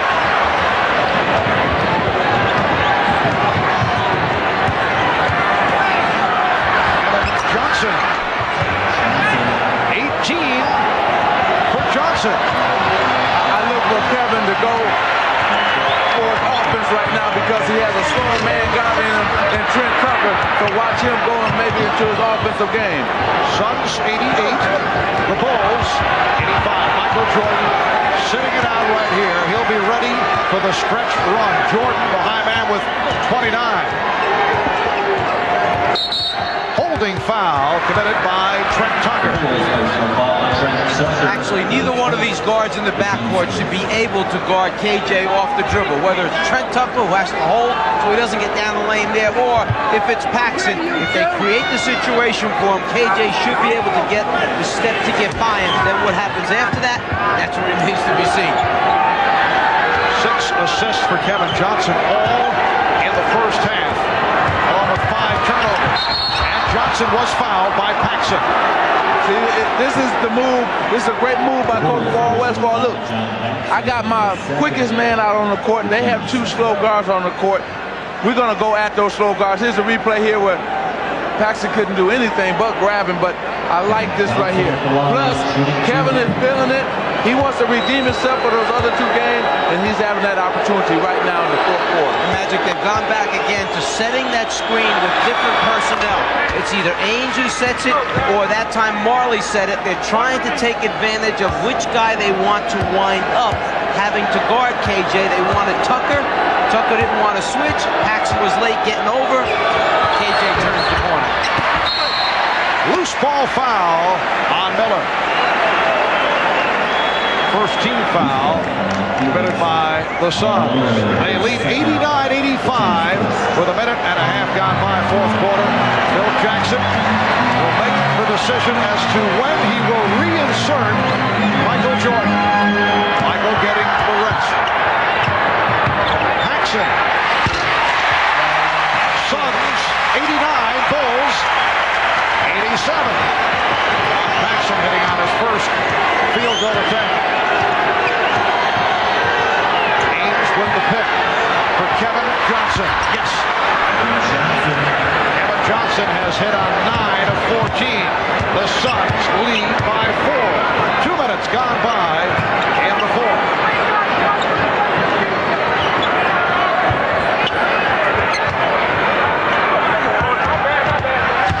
Scottie Pippen. Again, the Bulls control the offensive board. King rejected. And Johnson fouled by Paxson. Paxson called for his third. 9:41 remaining of the fourth. Timeout taken. 9-year NBA career, Michael Jordan has been Mr. Fourth Quarter. A little warm-up. Games 1 and 2 in the first quarter, averaging 5.5, then 9 points per quarter. And second and third quarter, he's averaged 13 points in the fourth quarter of games 1 and 2. He is about to make his way back onto the floor after sitting it out. I talked with Michael earlier about what the mindset is as he looks to take over in the fourth quarter of games. You can sense that the opposition is a little nervous, a little tense, inexperienced, and you've been there before, so that experience and that maturity has helped out a whole lot. That Now you got to go in for the kill. And Magic, you have been there before on several occasions. Well, that's the winning time, what I call it, and that's when you have to take over as a player and try to win the game almost by yourself, and that's what Michael has been doing. Darrell Garrison calling the foul on Oliver Miller, his third. As they try to come around for an outside handoff, Miller turns the body, and it's enough to be called an offensive foul as Tucker tries to get over the top. 5.5 left in the game. Suns 91, Bulls 87. Jordan is back. He and Paxson and Tucker at the guards with Grant and King as the big men. Shot clock at 7. Jordan. Grant with the rebound. And Ainge gets to it. Crowd wanted a foul with Grant hitting the floor, but the Bulls continue to dominate the offensive boards. Good look from Kevin Johnson. He's fouled by Horace Grant. That's 4 on Grant. That happened because Grant was on the ground at the other end of the floor. After he goes up and gets the rebound and starts to go back up and the shot is blocked, he lays there. West takes off and goes down the floor. He's trying to catch up, but they catch him too late. West with the shot attempt gets fouled. And that is team foul number 4 for Chicago, while the Suns have only 1. Mark West, not a good free throw shooter, although he hit his first 2. Here's Charles Barkley replacing Oliver Miller. Phoenix went for a stretch there with their 2 big men, Oliver Miller and Mark West, their 2 best shot blockers. West had 103 shot blocks for the regular season. Miller, in much fewer games, had 100 block shots, and they changed a lot of the Chicago attempts. But Phoenix slowed the game down. They're taking the crowd right out of this game, and they're doing a good job on their execution on offense as well. Jordan slicing his way, and he's fouled, and he took a pretty good shot. Did not appreciate it. They called an open floor set. Phil Jackson motions with his arms out wide, which means spread the floor, and you give it to Michael, he gets a full head of steam coming at you, and it's hard for the defense to close back down. As West came over, Jordan was poked in the eye. Well, he didn't like it up until he saw with Charles Barkley. He said, okay, I'm going to let it go this time. That being Michael Jordan, he just said, okay, I'm not going to say anything. Well, we talked about that right before game 1, how friendships can play out during the course of a series. You mentioned the example of you and Isaiah Thomas, people checking you out. Teammates wanted to see if you would allow Isaiah to drive the lane. Would you knock him down? Well, Charles with a hard foul on Michael Jordan. Well, they know that they can be friends after this series is over, but not right now. Johnson set up by Barkley. Kevin Johnson has dramatically turned, and he's given the Suns a 94-88 lead. It's exactly what Magic talked about. Post Charles up, all he needs is 1 or 2 dribbles to draw the double team, then pass. And here comes Johnson. Bulls are 1 for 9 of the 4th quarter. Ainge pushed. Michael Jordan called for his 4th foul. And it also puts the Bulls over the limit. Sometimes a little bit of frustration can set in when you get to the front of the rim and you just don't get the roll. You're not able to convert the basket attempt. And then in that case, it sets Phoenix off to do what they like to do best, and that's get in transition and run. See, this is the best I've seen the Phoenix Suns play in the playoffs. And I was wondering when that Phoenix Suns team was going to come back and play like they did during the regular season. And in this game, they're playing like they did in the regular season. They're running, gunning, shooting, playing freely, and that's why they're leading this ball game, because they're playing at their pace, which is a fast pace. E.J. Armstrong checking in and hearing it from the crowd as Trent Tucker departs. So it's Armstrong with Paxson and Jordan as they stay on the 3-guard alignment. Danny Ainge, one of the best free throw shooters in the league, 85% during the season. And the Suns now lead 96-88. I think Phil Jackson has his 3-point assault team out there. Give Jordan the ball, put Paxson and BJ on the wings, see if he creates some shots for them. Suns have outscored the Bulls 10-3 in this 4th quarter. 4 minutes gone by. Shot clock at 3. Jordan for 3. Way off. Forced into a very difficult shot. Barkley pops it down. Ainge shooting for 3. Yes! Danny Ainge converts from downtown. And the Suns lead at 99-88. The Bulls take a timeout with 7:33 remaining in the fourth quarter. Takes a lot of courage, and Danny Ainge is not afraid to take a big shot. Instead of taking it to the hole where you get a higher percentage shot, he steps back behind the three-point line. Barkley, who fired the outlet pass, loves it. And the Bulls are now trailing by 11. The regular season, the Phoenix Suns set an NBA record by hitting 398 three-point shots. Not able to do it from three-point land in games 1 and 2, but check out the number tonight. 8 of 10 from downtown. Majerle is 5 for 6. Ainge just hit from deep in the corner, and the Suns now lead 99-88. The Bulls are only 1 for 10 from the field here in the fourth quarter. Well, I'm going to say something that fans probably can't relate to, but this is a more relaxed Phoenix Suns team than they were at home. And sometimes when you're struggling, body right there by Kevin Johnson, sometimes when you're struggling, you want to get on the road because you're more focused and you don't have to worry about that pressure of trying to win at home. The call here, the block on KJ, he felt that Michael turned right back into him, that he was in perfect position. Phoenix team obviously very upset over that last call. And you guys feel it's self-imposed pressure because the Phoenix crowd is not one of the tougher crowds to play before. I mean, you're not talking in New York or Chicago where Philadelphia, when things were going well, where they could be very, very difficult. Phoenix very compassionate.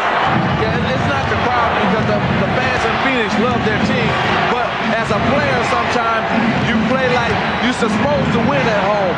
And right now they're playing, they know they have to get out and run, do the thing they're supposed to do. Right off the steal, Pippen, set up by Jordan, cuts it to a 9-point Phoenix lead.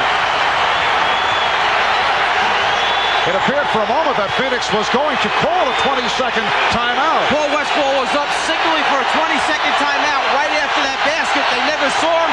Instead, they're up the floor. Majerle eluding Pippen. Yes, Dan Majerle, 7 of 10. He has 19. The Suns 101 and the Bulls 90. Michael Jordan given some room, but he's off now since making his return. Last touch by Phoenix. Now Dick Pavetta changes the call. He's called a loose ball foul. It's on Barkley, his 4th. And there's no sense in Charles Barkley getting upset and causing any more problems. Accept it, move on with the basketball game. Don't pick up a technical right now. Turn this staff, crew of officials against you. Phoenix with its 4th team foul. Bulls already over the limit. Pippen for Grant. Phoenix 101. Chicago 92. 5:40 remaining. Fourth quarter. Magic, is it too early for time and shot clock management, or do you start to go into it right now? No, you don't. You got to keep playing aggressive like they're doing right here. That's what got you the lead. 3-point attempt by Ainge went way short. Here is Armstrong. And now the Suns will call for time.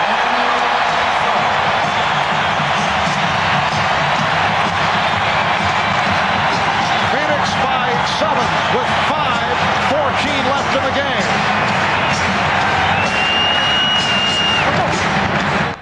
The Suns are feeling the heat. Game 4 Wednesday night. Miller Genuine Draft presents Genuine Moments. This Miller moment takes us back to the 1980 finals when a rookie named Magic Johnson was forced to play center for the injured Kareem Abdul-Jabbar. The end result, 42 points, 15 rebounds, 7 assists as the Lakers beat the Philadelphia 76ers. 4 games to 2. Magic became the first rookie in NBA history to be named the MVP of the finals. Magic, what stands out most about that game? Well, I think what stands out most is that I sat in Kareem's seat, rode all the way. I said, never fear, Kareem will still be here. Not expecting I would have that many points in the game, though. And in recognition of that moment, Miller Genuine Draft donates $1,000 to the Thurgood Marshall Scholarship Fund. The Suns lead by 7. They've led by as many as 11. Just under 5 minutes to go in the fourth quarter. Barkley to the fadeaway. Rebounded by Pippen. The Suns desperately trying to get back into the series. Michael Jordan is now 0 for 5 in the fourth quarter. So Michael has not, to this point, been able to take over. Phoenix very lucky. Barkley's late on the rotation. He should leave and go earlier. He comes over late. But because Michael brings it down, he's able to get a piece on the way back up again. And Jordan, 3 of 13 from the field in the second half. Harley steps back and then changed his mind. Johnson. The shot maybe didn't go down, but I like the ball movement, the idea of making the extra pass right now for Phoenix. Oh, yeah, Phoenix is playing very well offensively. They're really executing their offense very well at the half-court end. Suns by 7. Jordan going black. Phoenix 101. Chicago 96. Just under 4 minutes remaining in the game. Suns desperately trying to get back into the series, trailing 2 games to nothing. Chambers facing a double team. Chambers lost it. Pippen with the stutter step. Pippen recovered by Williams. Magic, I think they've got to take KJ off of Mike. I don't think they can keep going with it down the stretch here. They try to post up. Jordan stopped. Chambers over to help. Jordan thought he was fouled. Last touch by Phoenix. It'll be Chicago ball with 6 on the 24. Well, here it is. Tom Chambers came over, and I think he's the one who really blocked it and knocked it out of bounds. And the Bulls take a 20-second timeout. Well, this is game 3 of the best of 7. The first 2 played in Phoenix, both won by Chicago. Recapping in game 1, it was 31 points for Jordan, 27 for Pippen. The Bulls opened up, shooting 64% from the field, and they won it 100-92. And then game 2 on Friday night, 42 points apiece for Jordan and Barkley. Pippen had a triple-double. Jordan was 1 assist away from a triple-double, and the Bulls won it in a terrific game, 111-108. And here tonight, the Suns have led most of the way, despite the fact that Charles Barkley has played with an injured elbow. Kevin Johnson has turned it around, and Pippen could not find anyone, and to avoid the 5-second violation, he has taken a full timeout. Let's go back to that last shot by Michael Jordan, which he felt he was fouled on. Phoenix saw the post-up. Chambers came over right away to double team, and as Michael releases, it looks like Chambers does hit him just below the wrist area. So the Bulls have 2 timeouts left. The Suns 3 and a 20. All right. Back at Chicago Stadium, Marv Albert, Mike Fratello, Magic Johnson. Look at that stat. The Suns have certainly had their difficulties in the fourth quarter. Games 1 and 2, they were blank down the stretch. And tonight, they have not been able to hit a field goal the last 2 minutes and 52 seconds. They are clinging to a 5-point lead. Suns 101 and the Bulls 96 with 3:27 remaining in the fourth quarter. It is Chicago ball with 6 on the shot clock. And Pippen will throw in. Oh, Pippen threw it off the back of the net. What a play! He fooled the Suns. Well, what happened was they read what Dan Ainge was doing last time, and he just decided to throw it off of him, get it back, and dunk it. Oh, that's a play that we will be seeing over and over. A heads-up move by the Bulls. That's a kick ball, so they get the new 24. If the man guarding the basketball turns his back to you, bounce it off him, step in bounds, get it back, pass to yourself. Nice job by Scottie Pippen. See, because the last time Danny Ainge had caused that timeout by Scottie, and they read that and came right out with it. Chicago in the midst of an 8-0 run. We're down to 3 minutes left in the game. 3-point Phoenix lead. Chambers. Rebound Jordan.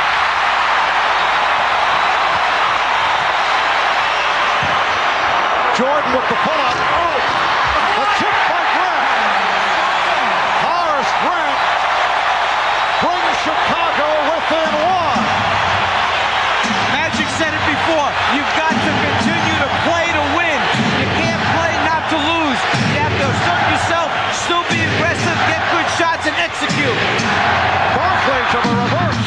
And Charles Barkley did execute to give the Suns a 103-100 lead.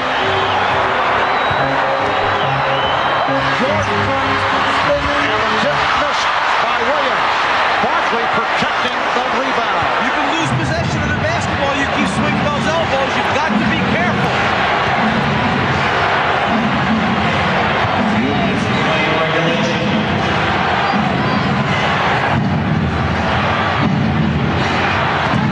Chambers off the fake. No call made. Now they call offensive foul on Chambers. Chambers does a good job ball faking. You know he's going to drive right. That's where he wants to go all the time. Pippen anticipates it, slides over in front. And here's Barkley's reaction. I don't know if he was reacting to the call, but what happened was he wanted Tom Chambers to kick it to the open man when Pippen had left. Suns lead by 3. Bulls trying to make it 3-0 in the best of 7. Suns trying to cut it to a 2-1. Chicago lead with Game 4 coming up here on Wednesday night. Minute 35 to go, fourth quarter. Jordan sets up Grant. And the foul.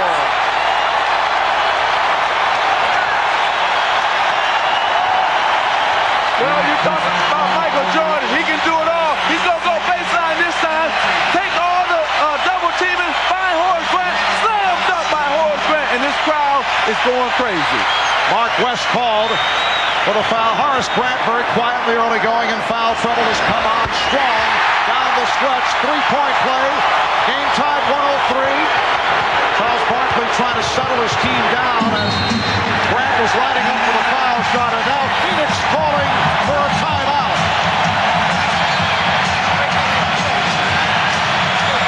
A minute 27 remaining in the fourth quarter. It's the Bulls back from an 11-point deficit, tying the game at 103. If everyone got together and cut The Bulls Have fun out there. and the Suns in a battle for the NBA title. It's the official NBA World Championship video. Relive all the high-flying action and behind-the-scenes drama. It's your ticket to the 1993 Finals. To order your copy of this special video, call 1-800-NBA-DUNK. That's 1-800-NBA-DUNK. Smart basketball. Your man turns his back to you, then bounce it off him, get in bounds quickly, pick up the ball and lay it up. The adjustment made in the timeout. Pippen takes advantage of it. Maybe the biggest basket of the game for Chicago in turning this thing around. That's a future Miller moment as Scottie Pippen is able to pull off a play that if Chicago can come from behind and pull out the victory, a play that will be long remembered. The game tied at 103 with a minute and 27 remaining fourth quarter. Now Phoenix must be aggressive now. They stopped being aggressive, and that's why this basketball game is tied. They must now attack, and stop standing around watching Charles Barkley, and somebody else must step up now. A subtle adjustment right now. Michael Jordan is guarding Kevin Johnson. They put the best defensive player in the league on the guy that's hurting him the most, Kevin Johnson. Michael Jordan's job, shut him down. A 20-second timeout was called by Phoenix to make the adjustment. A reminder tonight, right here on NBC after the game, don't miss Paul Reiser and Helen Hunt in a special telecast of the comedy Mad About You, and then the critically acclaimed Law and Order. That's coming up tonight here on NBC. Timeouts remaining, 2 apiece. Phoenix and Chicago each have their 2 full timeouts left, and Marley will throw in once again.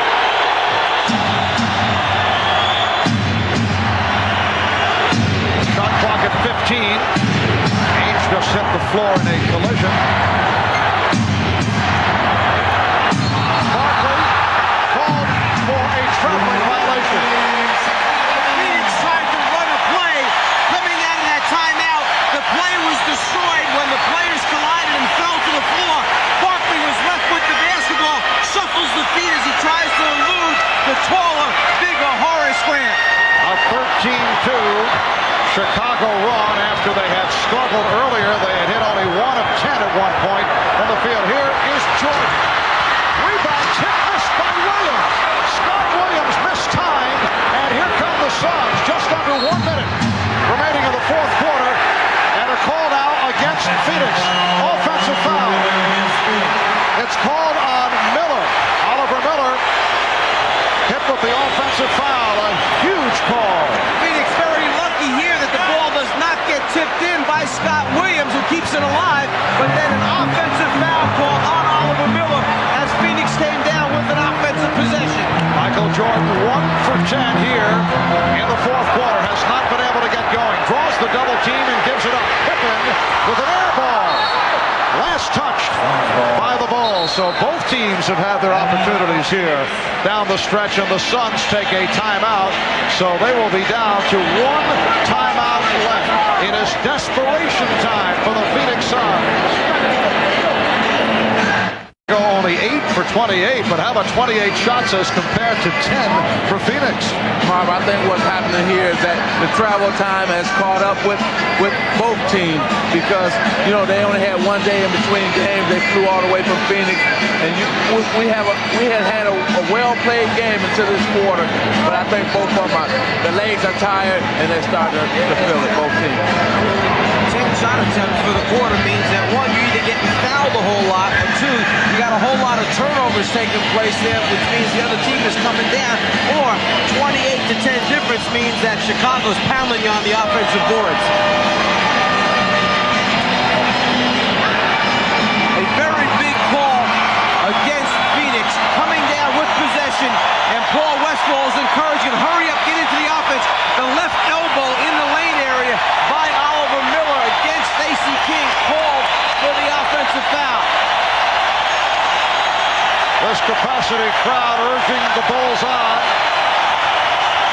35, 7/10 seconds remaining in the fourth quarter. The Bulls and the Suns tied at 103.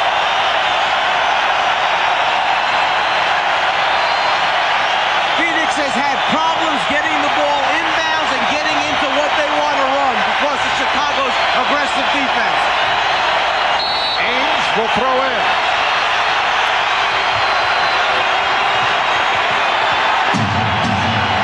Kevin Johnson. Rebounded by Michael Jordan. There's a 2-second disparity between time remaining and the 24. The Bulls and Suns tied at 103, and Johnson steals from Jordan. Here's Barkley. But they may have called a timeout. That won't count. Oh, what happened was that Paul Westphal saw that Dan Majerle was streaking down the court. He said, no, KJ, don't call the timeout. Dan Majerle is down court. And it was too late. Did a player on the floor take the timeout as KJ comes up with it? There's the timeout call right there by KJ. Good call. Coach can't call a timeout on the sideline. It must come from a player on the floor.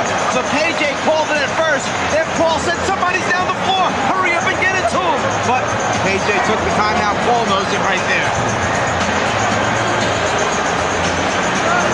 Does he call it? No question about it. Timeout? Uh-oh. No. Wait, let me turn and throw it down the floor.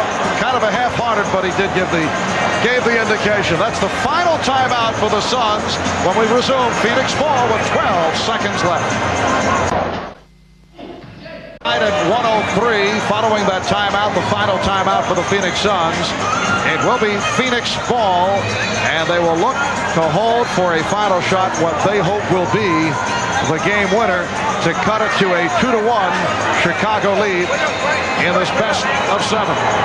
Decision for the coaching staff. Do you want to take the ball, foul line extended in the backcourt where KJ came up with the steal, or do you want to advance it to the half-court line and take it in there? I might like to take it in the backcourt, give that guy a full head of steam coming up the floor with the basketball, make some decisions from there. Especially because you got 12 seconds. But I look for what Phoenix to do is run that same play they ran against San Antonio. Maybe that Charles Barkley just go one-on-one and put the game in his hands. Let's go over to Hannah. Well, the word from the Phoenix bench is that the Suns are going to go with the same play that won them the game against the San Antonio Spurs. Give it to Charles and get out of the way. Mark? All right, Hannah, Frank Johnson has come on for the first time. Danny Ainge will inbound. Dick Pavetta blows the whistle. And apparently Chicago wanted to look things over, and they take a timeout. Phil Jackson checking out the scheme of the Phoenix Suns, and he now has 1 timeout remaining. So we'll take a break. Bulls and Suns tied at 103. Back in Chicago with 12 seconds remaining in the fourth quarter. The Bulls and the Suns tied at 103. Phil Jackson just took a timeout after checking out the Phoenix Suns alignment. And what will this now do to the Suns and their offensive plan? First of all, let's go back to why Phil Jackson had to use up a timeout. Chicago already has 1 delay a game call against them. If they would have taken another delay a game, it would be a technical foul. Phoenix would shoot a technical. So they couldn't run the guy out of bounds to delay the pass in and get a look at what play. He used the timeout. Right now he's going into options defensively. If this happens, if that happens, that's how we want to play it. Meantime, decision for Westfall and the Phoenix huddle is, do we come out and run the same play that we were going to run, or do we come with a little bit something different? Well, I think they may change the play, but they're going to still give it to Charles Barkley no matter what. Let's go back to Hannah. And apparently on this play, Charles is going to try to penetrate, and if he can't get a shot, he's going to dish it to another player along the baseline. Mark? All right, and Ainge once again will throw in from the center court area. Barkley lined up at the top of the circle, guarded by Grant. And they're having a very friendly conversation. Barkley comes out for it. Checks the clock. Works it down. 5 seconds to go. Here's Barkley off the pump. Rebound, Jordan. Calling for time. The clock showing 0.2 of a second remaining. Let's see if they adjust that. 0.2 of a second remaining. Chicago using its final timeout.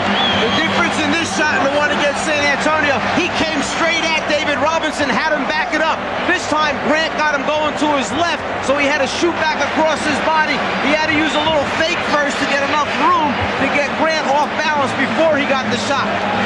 The coach, does he think it's going in? He's hoping real hard right now it doesn't get the good bounce. And they have adjusted the clock. 1 full second remaining in this fourth quarter. Now, as we mentioned before about using delay of games, Chicago had used up their 1 opportunity. Phoenix does have a delay of game left. So when Chicago comes out of this timeout, the guy on the basketball for Phoenix should count 1,001. Then run across that sideline with his hands up. The referees will stop the game and they'll let him start over again. This will give him a chance to look at it. And here's the replay again. Let's see if there was 1 second left on the clock when Michael Jordan called timeout.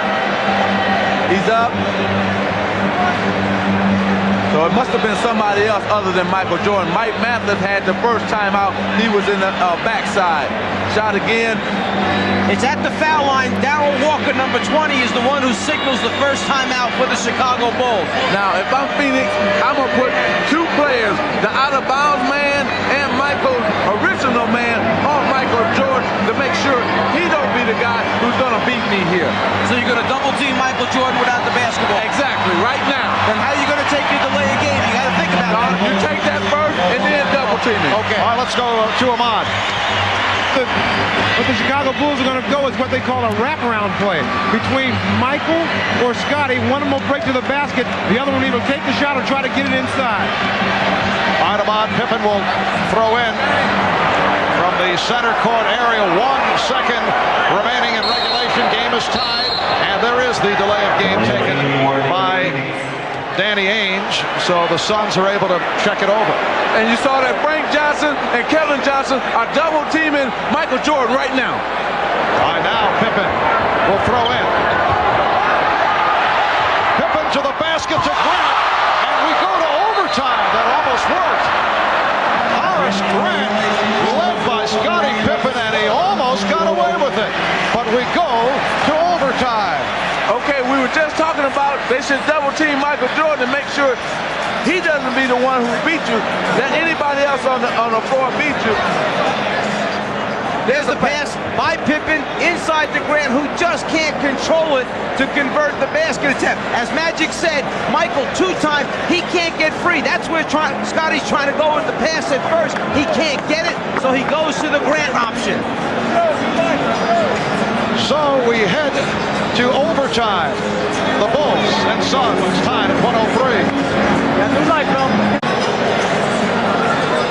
We're headed to overtime.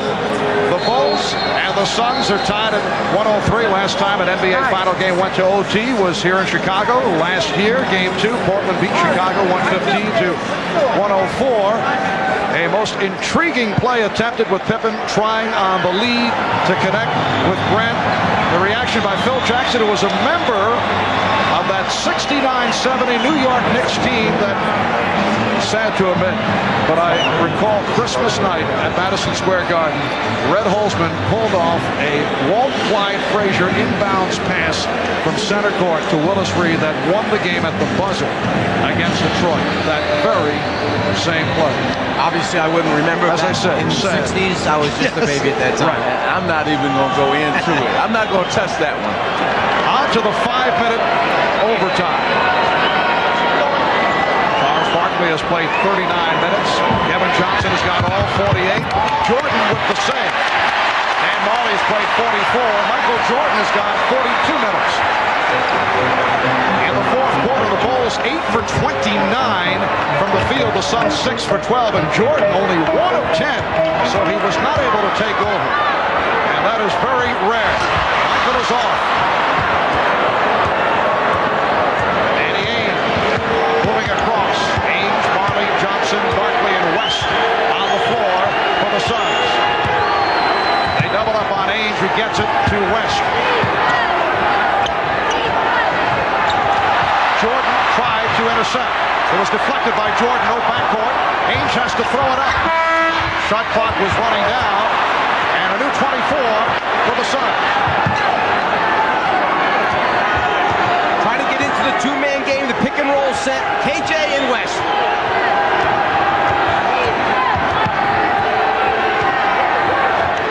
Seven on the 24.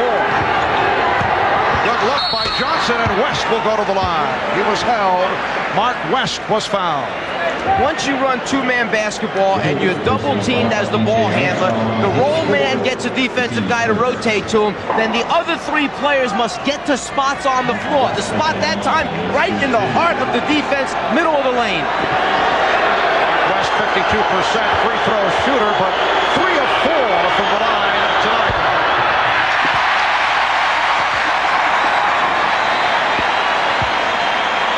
But Scottie Pippen has a cramp holding the left thigh.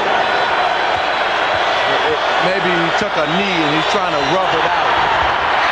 So West misses on both. I think what they have to do, that being the Chicago Bulls, is get Michael down closer on the box, closer to the basket, or he won't have to dribble as much.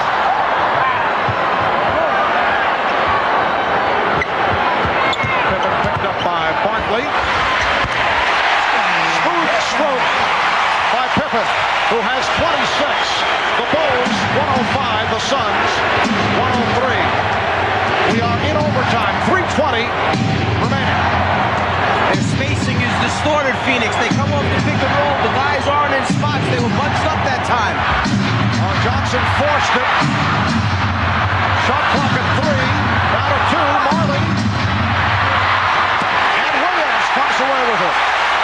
Once again, Phoenix having a difficult time finding shots.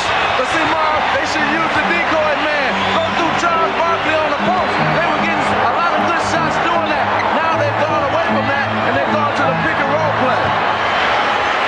Armstrong for three. Barkley rebound. Phoenix has missed its last 5 shots. 2.5 left in overtime. Barkley came up short, expected some contact, and then Grant stepped away. A big possession right here for the Chicago Bulls because they can take control of this game if they can score here. Pippen. Last touch by the Suns. The officials right now are letting these two teams play. There's a lot of body contact. They're letting the players determine the outcome. Phil Jackson is hollering at Scotty and BJ. He want to get something going to that basket where he can get a foul or maybe a layup and not jump shots right here. Crowd chanting, let's go Bulls. Jordan to the basket. He's 1 for his last 12. Good job by West stepping up that time to take away that clean look of Michael Jordan.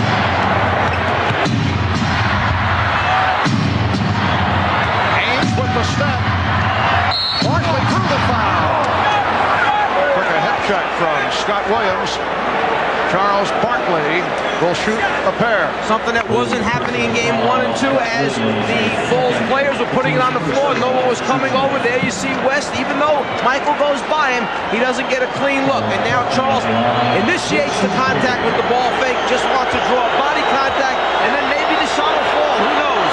But now they've got to make their free throws. Barkley only 2 of 5 from the line. 76% for the season. Barkley with 16 points, 16 rebounds, and he has played hurt. And on this next free throw, it will be a 23-5 advantage at the foul line in favor of the Phoenix Suns.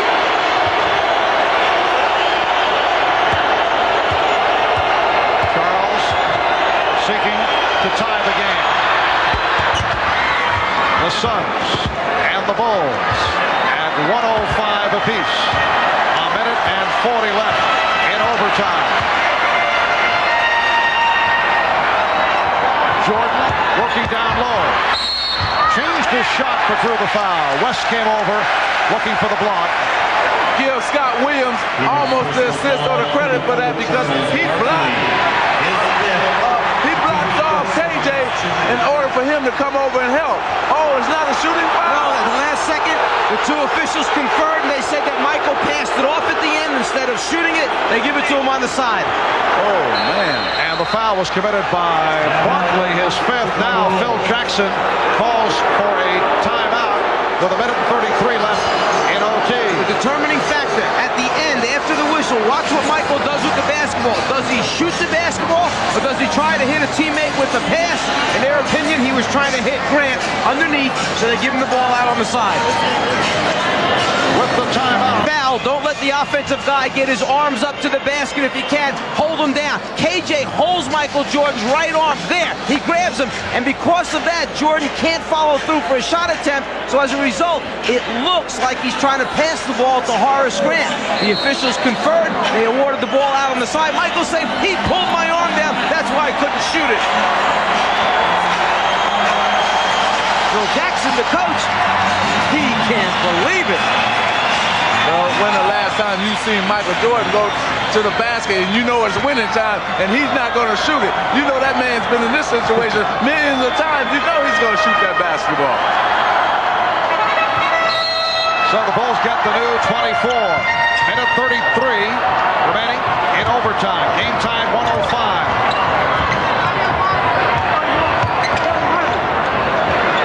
And it's Johnson one-on-one against Jordan. No help. Now Marley over, leaving Pippen open. And on the back tap comes back to Jordan. Phoenix did a good job of defending it.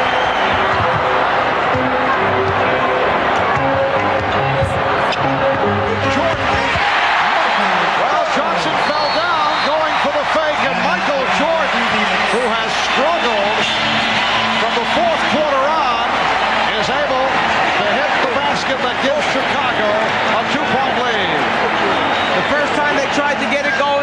Bucks defended him well. But on the reverse, KJ loses his balance trying to hip up and bump Michael Jordan. Jordan then, with no one in front of him, gets a clean look, hits the jump shot. KJ there, goes down. You've got to try and maintain your balance. Don't give him a clear look. A minute 5 left in overtime. I love this game. KJ, great bounce to Cabral. Kevin Johnson. I love it. What a jam. Man, the vacuum with the... Oh, you gotta love it. I love it. Hey! NBA action makes me happier than Jerry Lewis in Paris. I love this game. At one point, the Suns led by 11, 101 to 90. They have only one field goal in the last 10 minutes and 14 seconds. A long drought for the Phoenix Suns, who are trailing 107. 105 with a minute 5 remaining in overtime. Let's go over to Hannah Storm. Hannah? Marv, they're going to try to get the ball to Tom Chambers, posting up down low. If he can't get it, can't get the shot, he's going to try to kick it back out. But Paul Westphal emphasized no three-pointers at this point in the game. Kevin Johnson setting it up against Michael Jordan. Chambers set the pick. Here's Chambers. Oh, what a move. Tom Chambers ties the game at 107. That's the reason they took Mark West out, because they knew that Tom Chambers should score once the double team came. Now to 40 seconds in overtime. Jordan met on the switch by Chambers. Chambers helping out. Shot clock at 6. Shot clock at 4. And the Phoenix Suns in possession. We're down to 20 seconds in the overtime. 15 on the shot clock. Kevin Johnson checking with Paul Westphal. No timeout being called. They want to continue the play. Barkley going at Grant. Here's Johnson on the penetration. Barkley with the rebound. Barkley goes short. Rebound Johnson.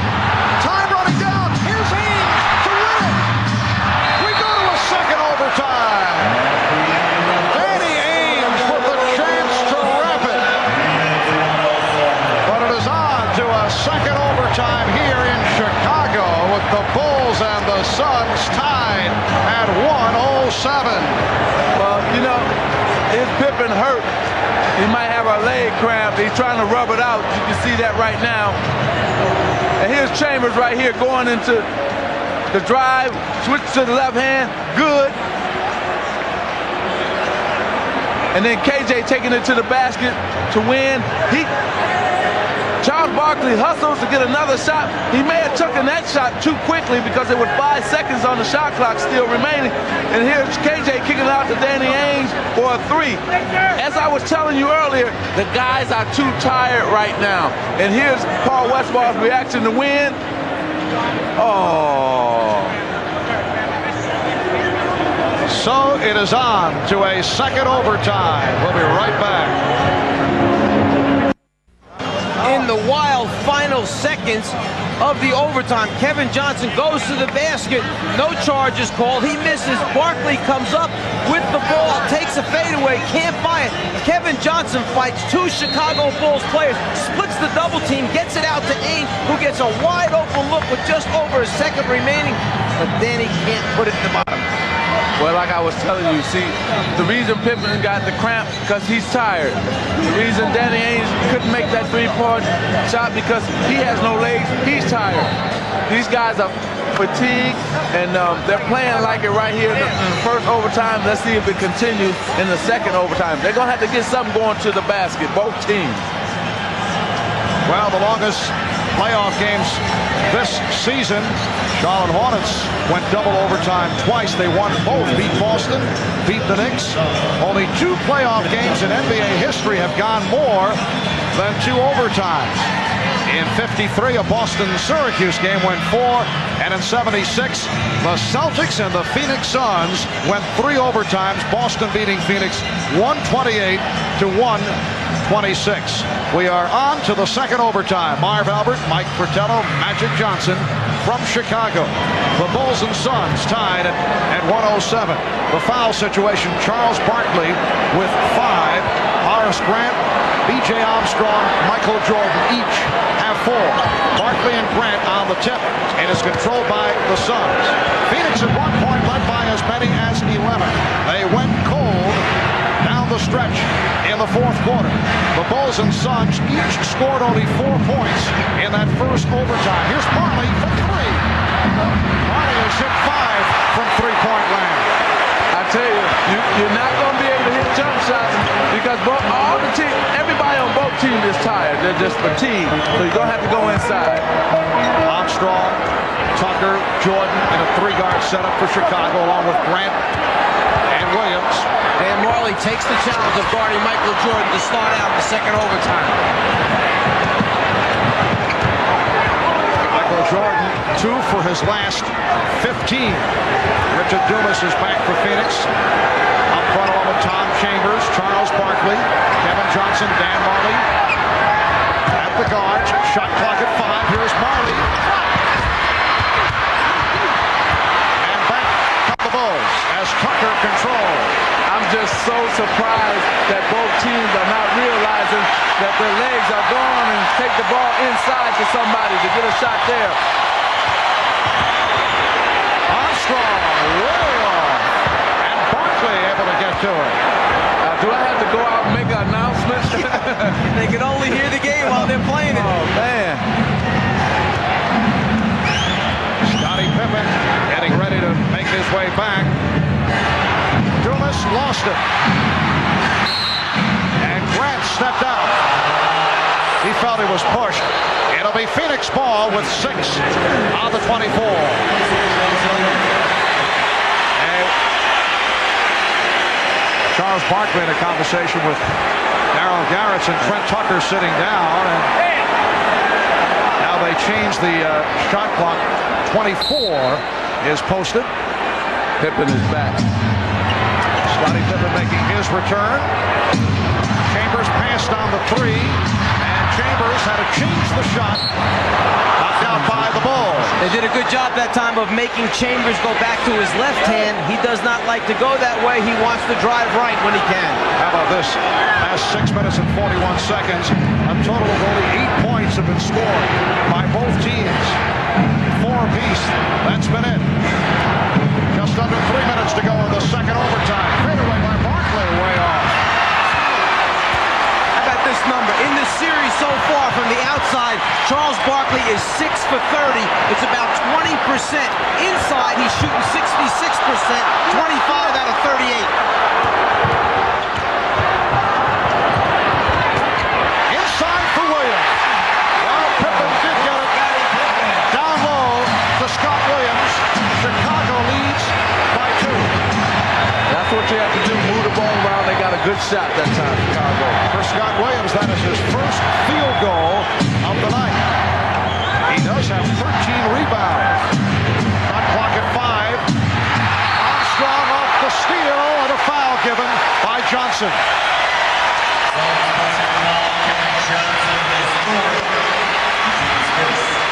A little body bump makes KJ lose control right there of the dribble, but a smart foul in the backcourt before BJ can cross the half-court line, so no free throws will be awarded.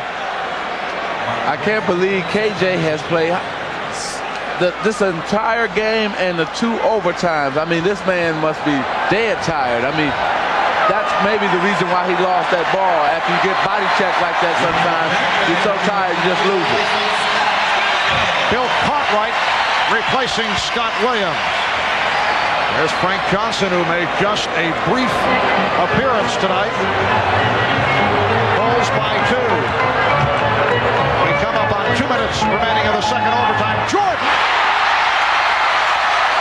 And Chicago leads 111-107. Just under 2 minutes remaining of the second OT. Majerle gets inside. Majerle on the rebound. Good second effort by Dan Majerle to bring the Suns within 2. We just got 6 straight points scored. All of them have been inside. So they're starting to take the ball inside. That's both teams. Scottie Pippen came up hobbling. And a foul is called.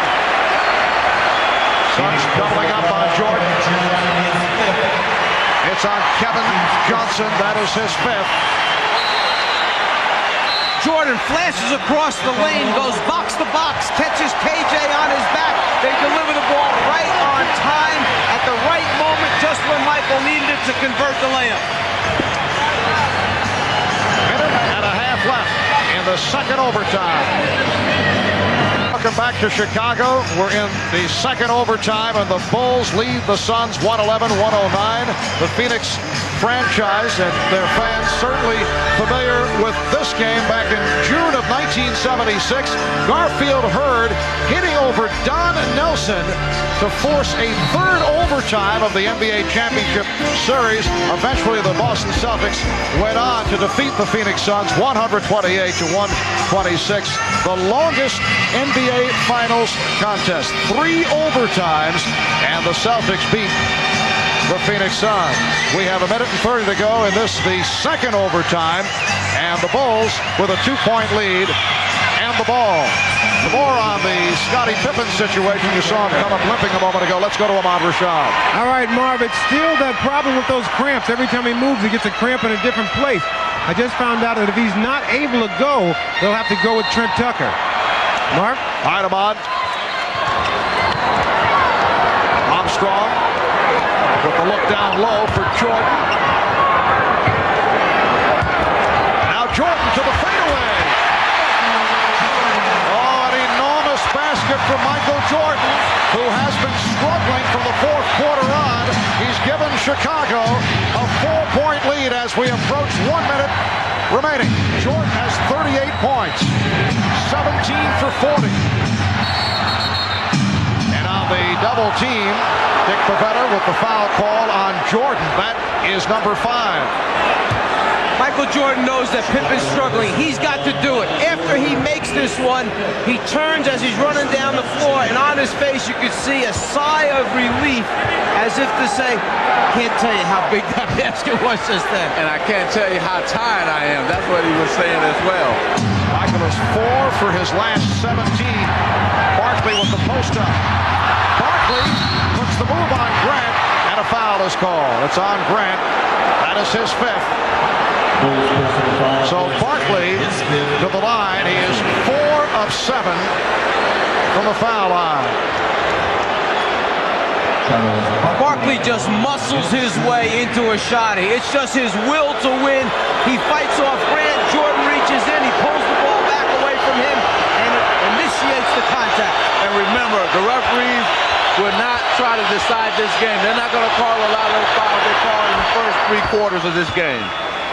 Phoenix with their 24th free throw. They are 16 of 24. How about Chicago? They've gone to the line only 5 times this evening. 4 of 5 from the line. Barkley 78% in the playoffs, 76% during the regular season from the foul line. Well, Charles hits 1 of 2, and the Bulls with a 3-point lead. 50 seconds to go in the second overtime. Chicago seeking to take a 3-0 lead in the best of 7. Jordan got the step, and he is fouled. Something that Chicago has enjoyed doing in the playoffs. From their triangle offense, they create in isolation a clear out. This time everybody was on the left side of the floor. Michael had the whole right side. The next 2 defenders come over, but a little bit too late to help out. Jordan 1 of 2 from the line. Well, you know he is off. Yeah, well, you know what? He's tired, Marv. He didn't even get up on his legs for the free throw and follow through. I watched him all the way. After he left his hand, he knew he had missed it. So let's see if he gets to follow through and get up on his free throw shot this time.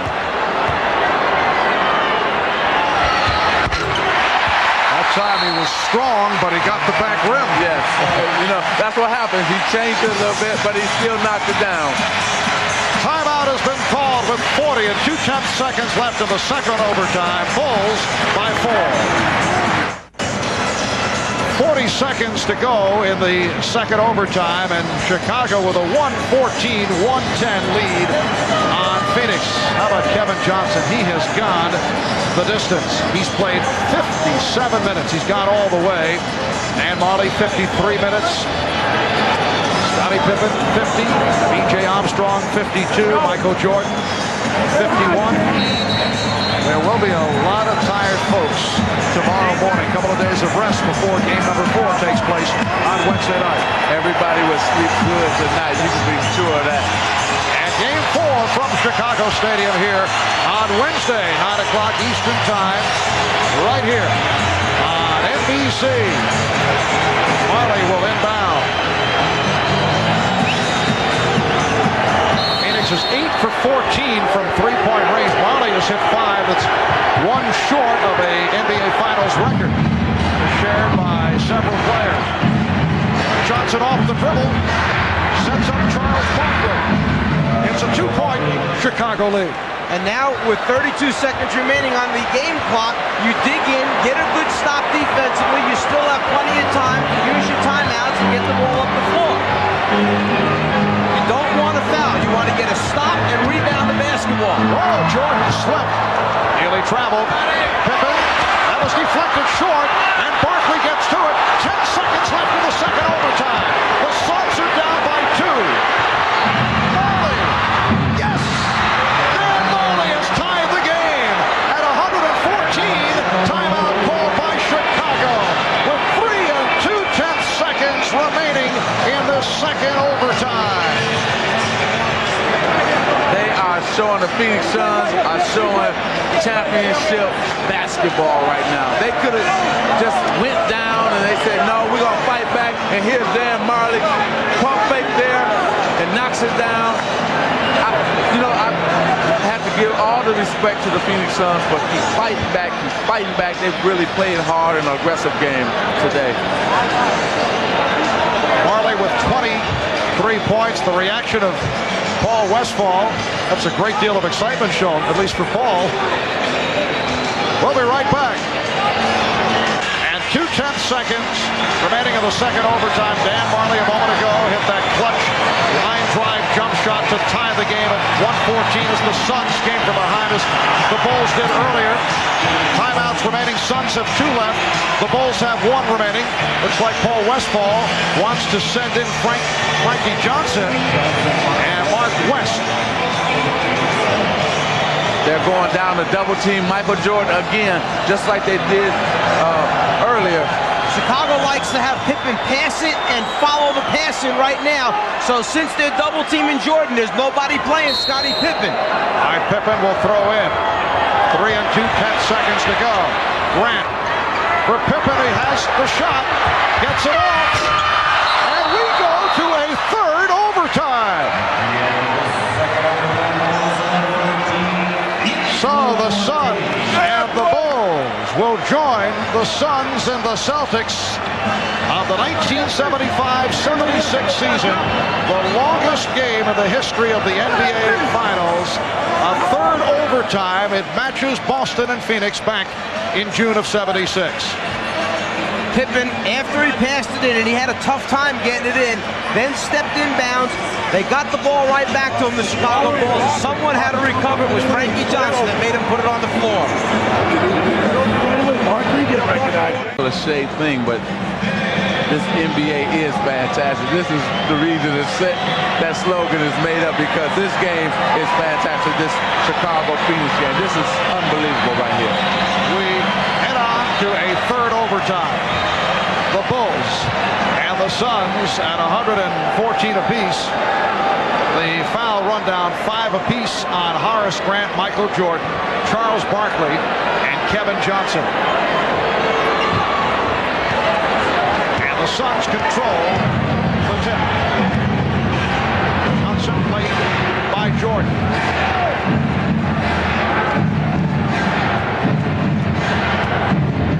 Johnson trying to do it off the dribble and was stopped. See what happened, Marv? Last time Michael let him go to his power hand, his right hand. This time he forced him to his left hand, his weaker hand, and that's why he came up with a short shot. Now Pippen on a mismatch. Well, Scott Williams with only his second field goal, but both have been significant. The Bulls lead 116, 114. Johnson, yes, Kevin Johnson, who has played every minute of this game, and this, the start of the third overtime, has come up with an outstanding all-around performance. 25 points for Johnson, and the game is tied at 116. Kevin Johnson now playing his 60th minute. Armstrong, it's a two-point attempt. Grant hustles it down, and a new 24 for the Bulls. Paul Westphal complaining that time Barkley was shoved in the back. That's why he didn't come up with the rebound. Here's Jordan. The Bulls lead by 2. 40 points for Michael Jordan.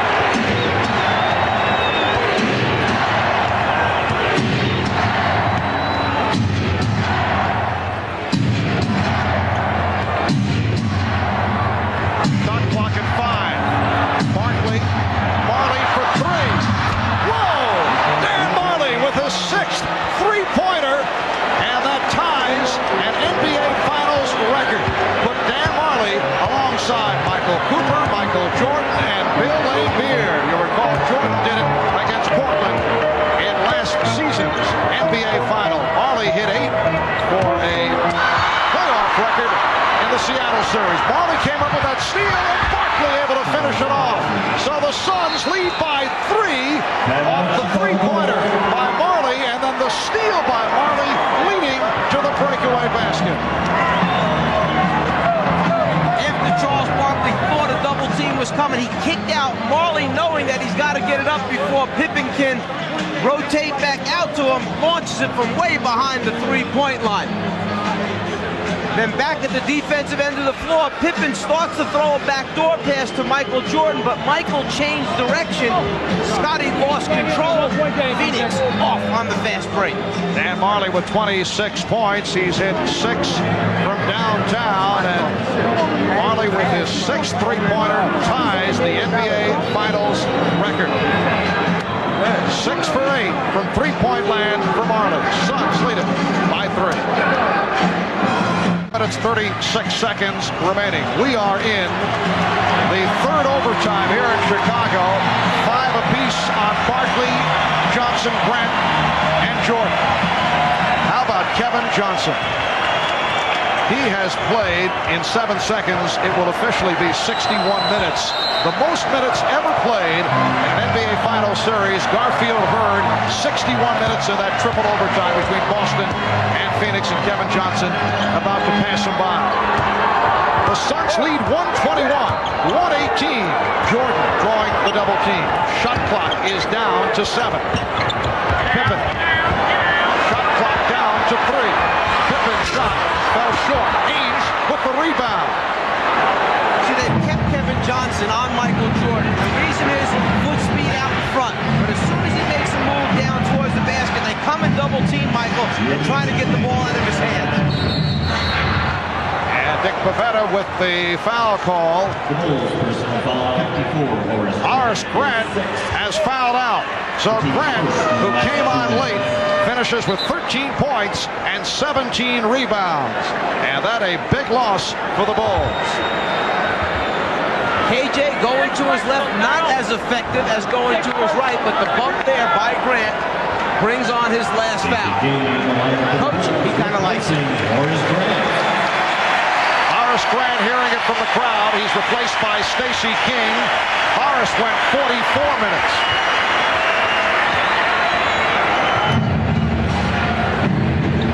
Just under 2 minutes to go in this third overtime. Open shot for Chambers. And King able to get to Barkley on the intercept. Charles Barkley with the interception and the field goal. And the Suns now lead by 5. Charles Barkley taking a page out of that Chicago book where they like to hang around in the backcourt and steal outlet passes. No bigger one than that for Charles. Armstrong rebounded by Majerle. And Kevin Johnson controls.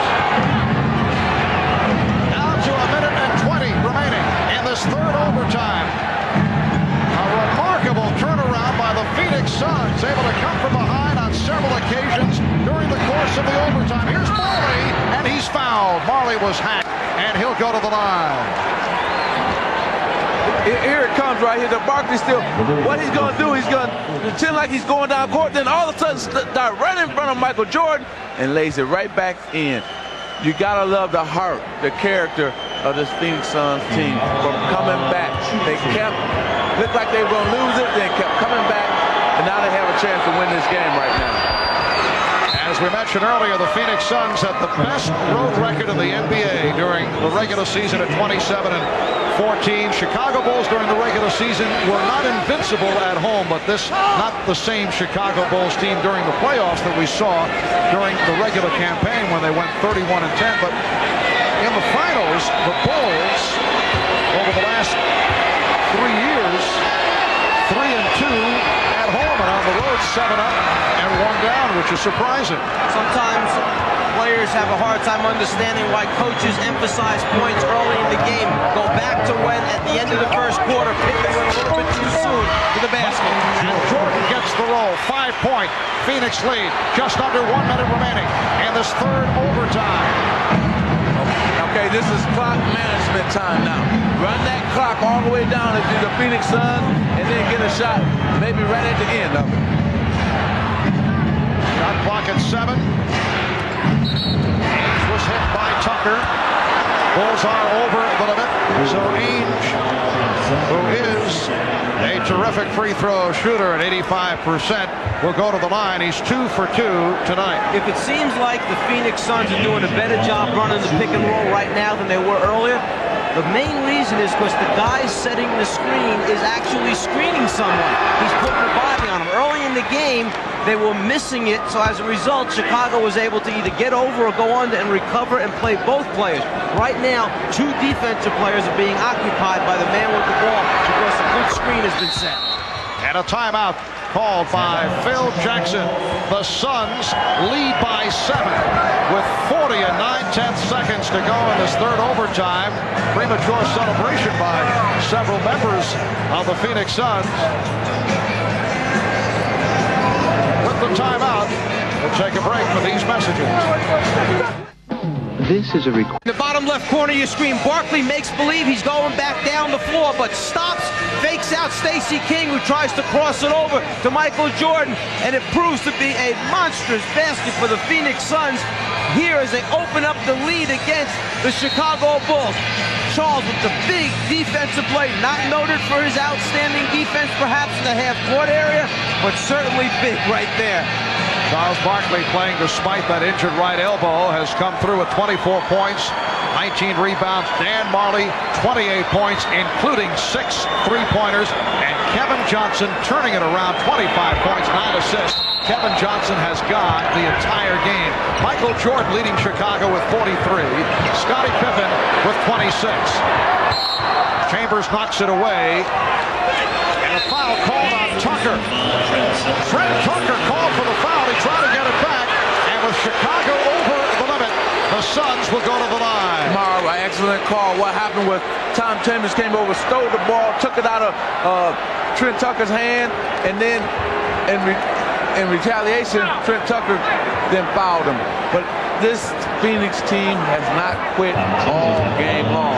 And if I'm Paul Westphal, what I do is try to grab that game ball and give it to Kevin Johnson to make him realize, hey, you did it for us, big fella. You were the key.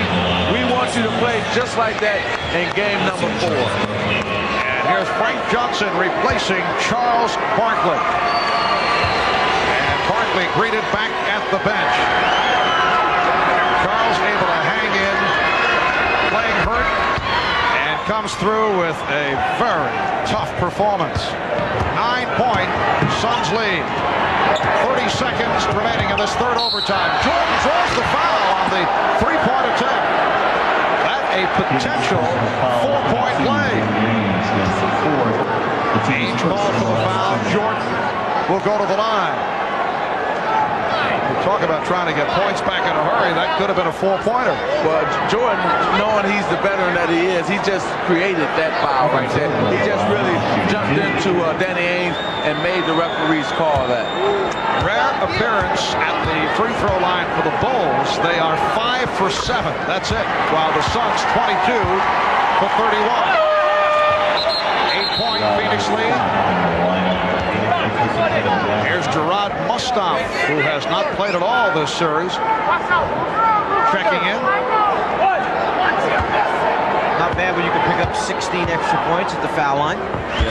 Well, Jordan trying to slap it off the glass, does get to it, and then Frank Johnson breaks it up. Look out. Frank Johnson making new friends in the crowd. Michael Jordan missed on purpose, but he did not get the angle that he was looking for. Yes, it's a smart move. They're trying to do anything they can to win this game, that being the Bulls. Here's Jordan for 3. And the ball goes to Phoenix with 20 seconds remaining. Suns lead 129-121. The crowd here at Chicago Stadium is filing out as Mustaf handles. And the Suns just looking to run the clock down in a remarkable come-from-behind victory. The Phoenix Suns in triple overtime have defeated the Chicago Bulls 129-121 to battle their way back into this series. Chicago now leading it 2-1. Game number 4 will take place here at Chicago Stadium on Wednesday. Game 5 now will take place here in Chicago on Friday. Now let's go over to Ahmad. We'll find one, Paul. Well, I got Paul Westphal right here. And as soon as I find a camera, we'll be in business. Right. All right, Paul. Now we'll go over to Hannah. Hey, I'm here with Kevin Johnson and Charles Barkley. First of all, Charles, a heroic effort on your part. How much pain were you playing in tonight? Well, I can't use pain excuse. I can't believe how I feel right now. I know I'm the best one-arm basketball player in the world, though. But, hey, I love this guy. And I kept telling him all day, 1836. I said, there ain't no pressure out here, just have fun. Kevin, you were feeling pain of a different kind. The boos on your home crowd. You were vilified in the newspaper, seen as the GOAT of Game 1 and 2, but you came back with an absolutely stunning performance. Is there any personal vindication in this? It's just a good win for the team. I want to do whatever I could to make our team win. And when I walked into Chicago, I had a lot of fans here. They were cheering me, I guess, because they liked the way I had been playing in Game 1 and 2. You played more minutes in this game than anyone in NBA Finals history. Was there any point in the game where Coach Westphal wanted to take you out? Not really. He wanted to give me some confidence. He let me play the whole first half. I was just trying to be aggressive. In the second half, it's a matter of emotion, and you're going to do whatever it takes to win. Congratulations on a spectacular win and showing a lot of heart and character. Now let's go to Ahmad. All right, thanks, Hannah. Paul Westphal, you played in '76 in that triple overtime against Boston. Any similarities here tonight? Well, the biggest difference is the good guys won this time. What about KJ? Put in all that time. Did you ever think about taking him out? No, I just told him if he ever needed a rest to let me know. But I was so happy for him. That guy has taken a beating in the press and by the fans, and he's too great of a player, and he showed what he can do in the finals. I'm very happy for him. God had to be great for his confidence factor because, as you said, he did take a lot of heat. But as he played so many minutes tonight, how do you look forward to the next game? Hey, if we didn't win tonight, we could have kissed next game goodbye. I mean, he has 3 days to rest. We play Wednesday. He might play 48 minutes next game, too. Who knows? All right, Paul. Good luck to you and congratulations and everything. See you next on Wednesday. All right, thank you, Mike. Thanks, Paul. Back to you, Bye, Ahmad, and it was 62 minutes for Kevin Johnson. Scored 25 points at 9 assists. Charles Barkley, 24 points, 19 rebounds. Dan Majerle on fire, 28 points, including a record-tying NBA Finals 6 from three-point land. Michael Jordan had 44. A dramatic triple overtime victory for the Phoenix Suns over the Chicago Bulls.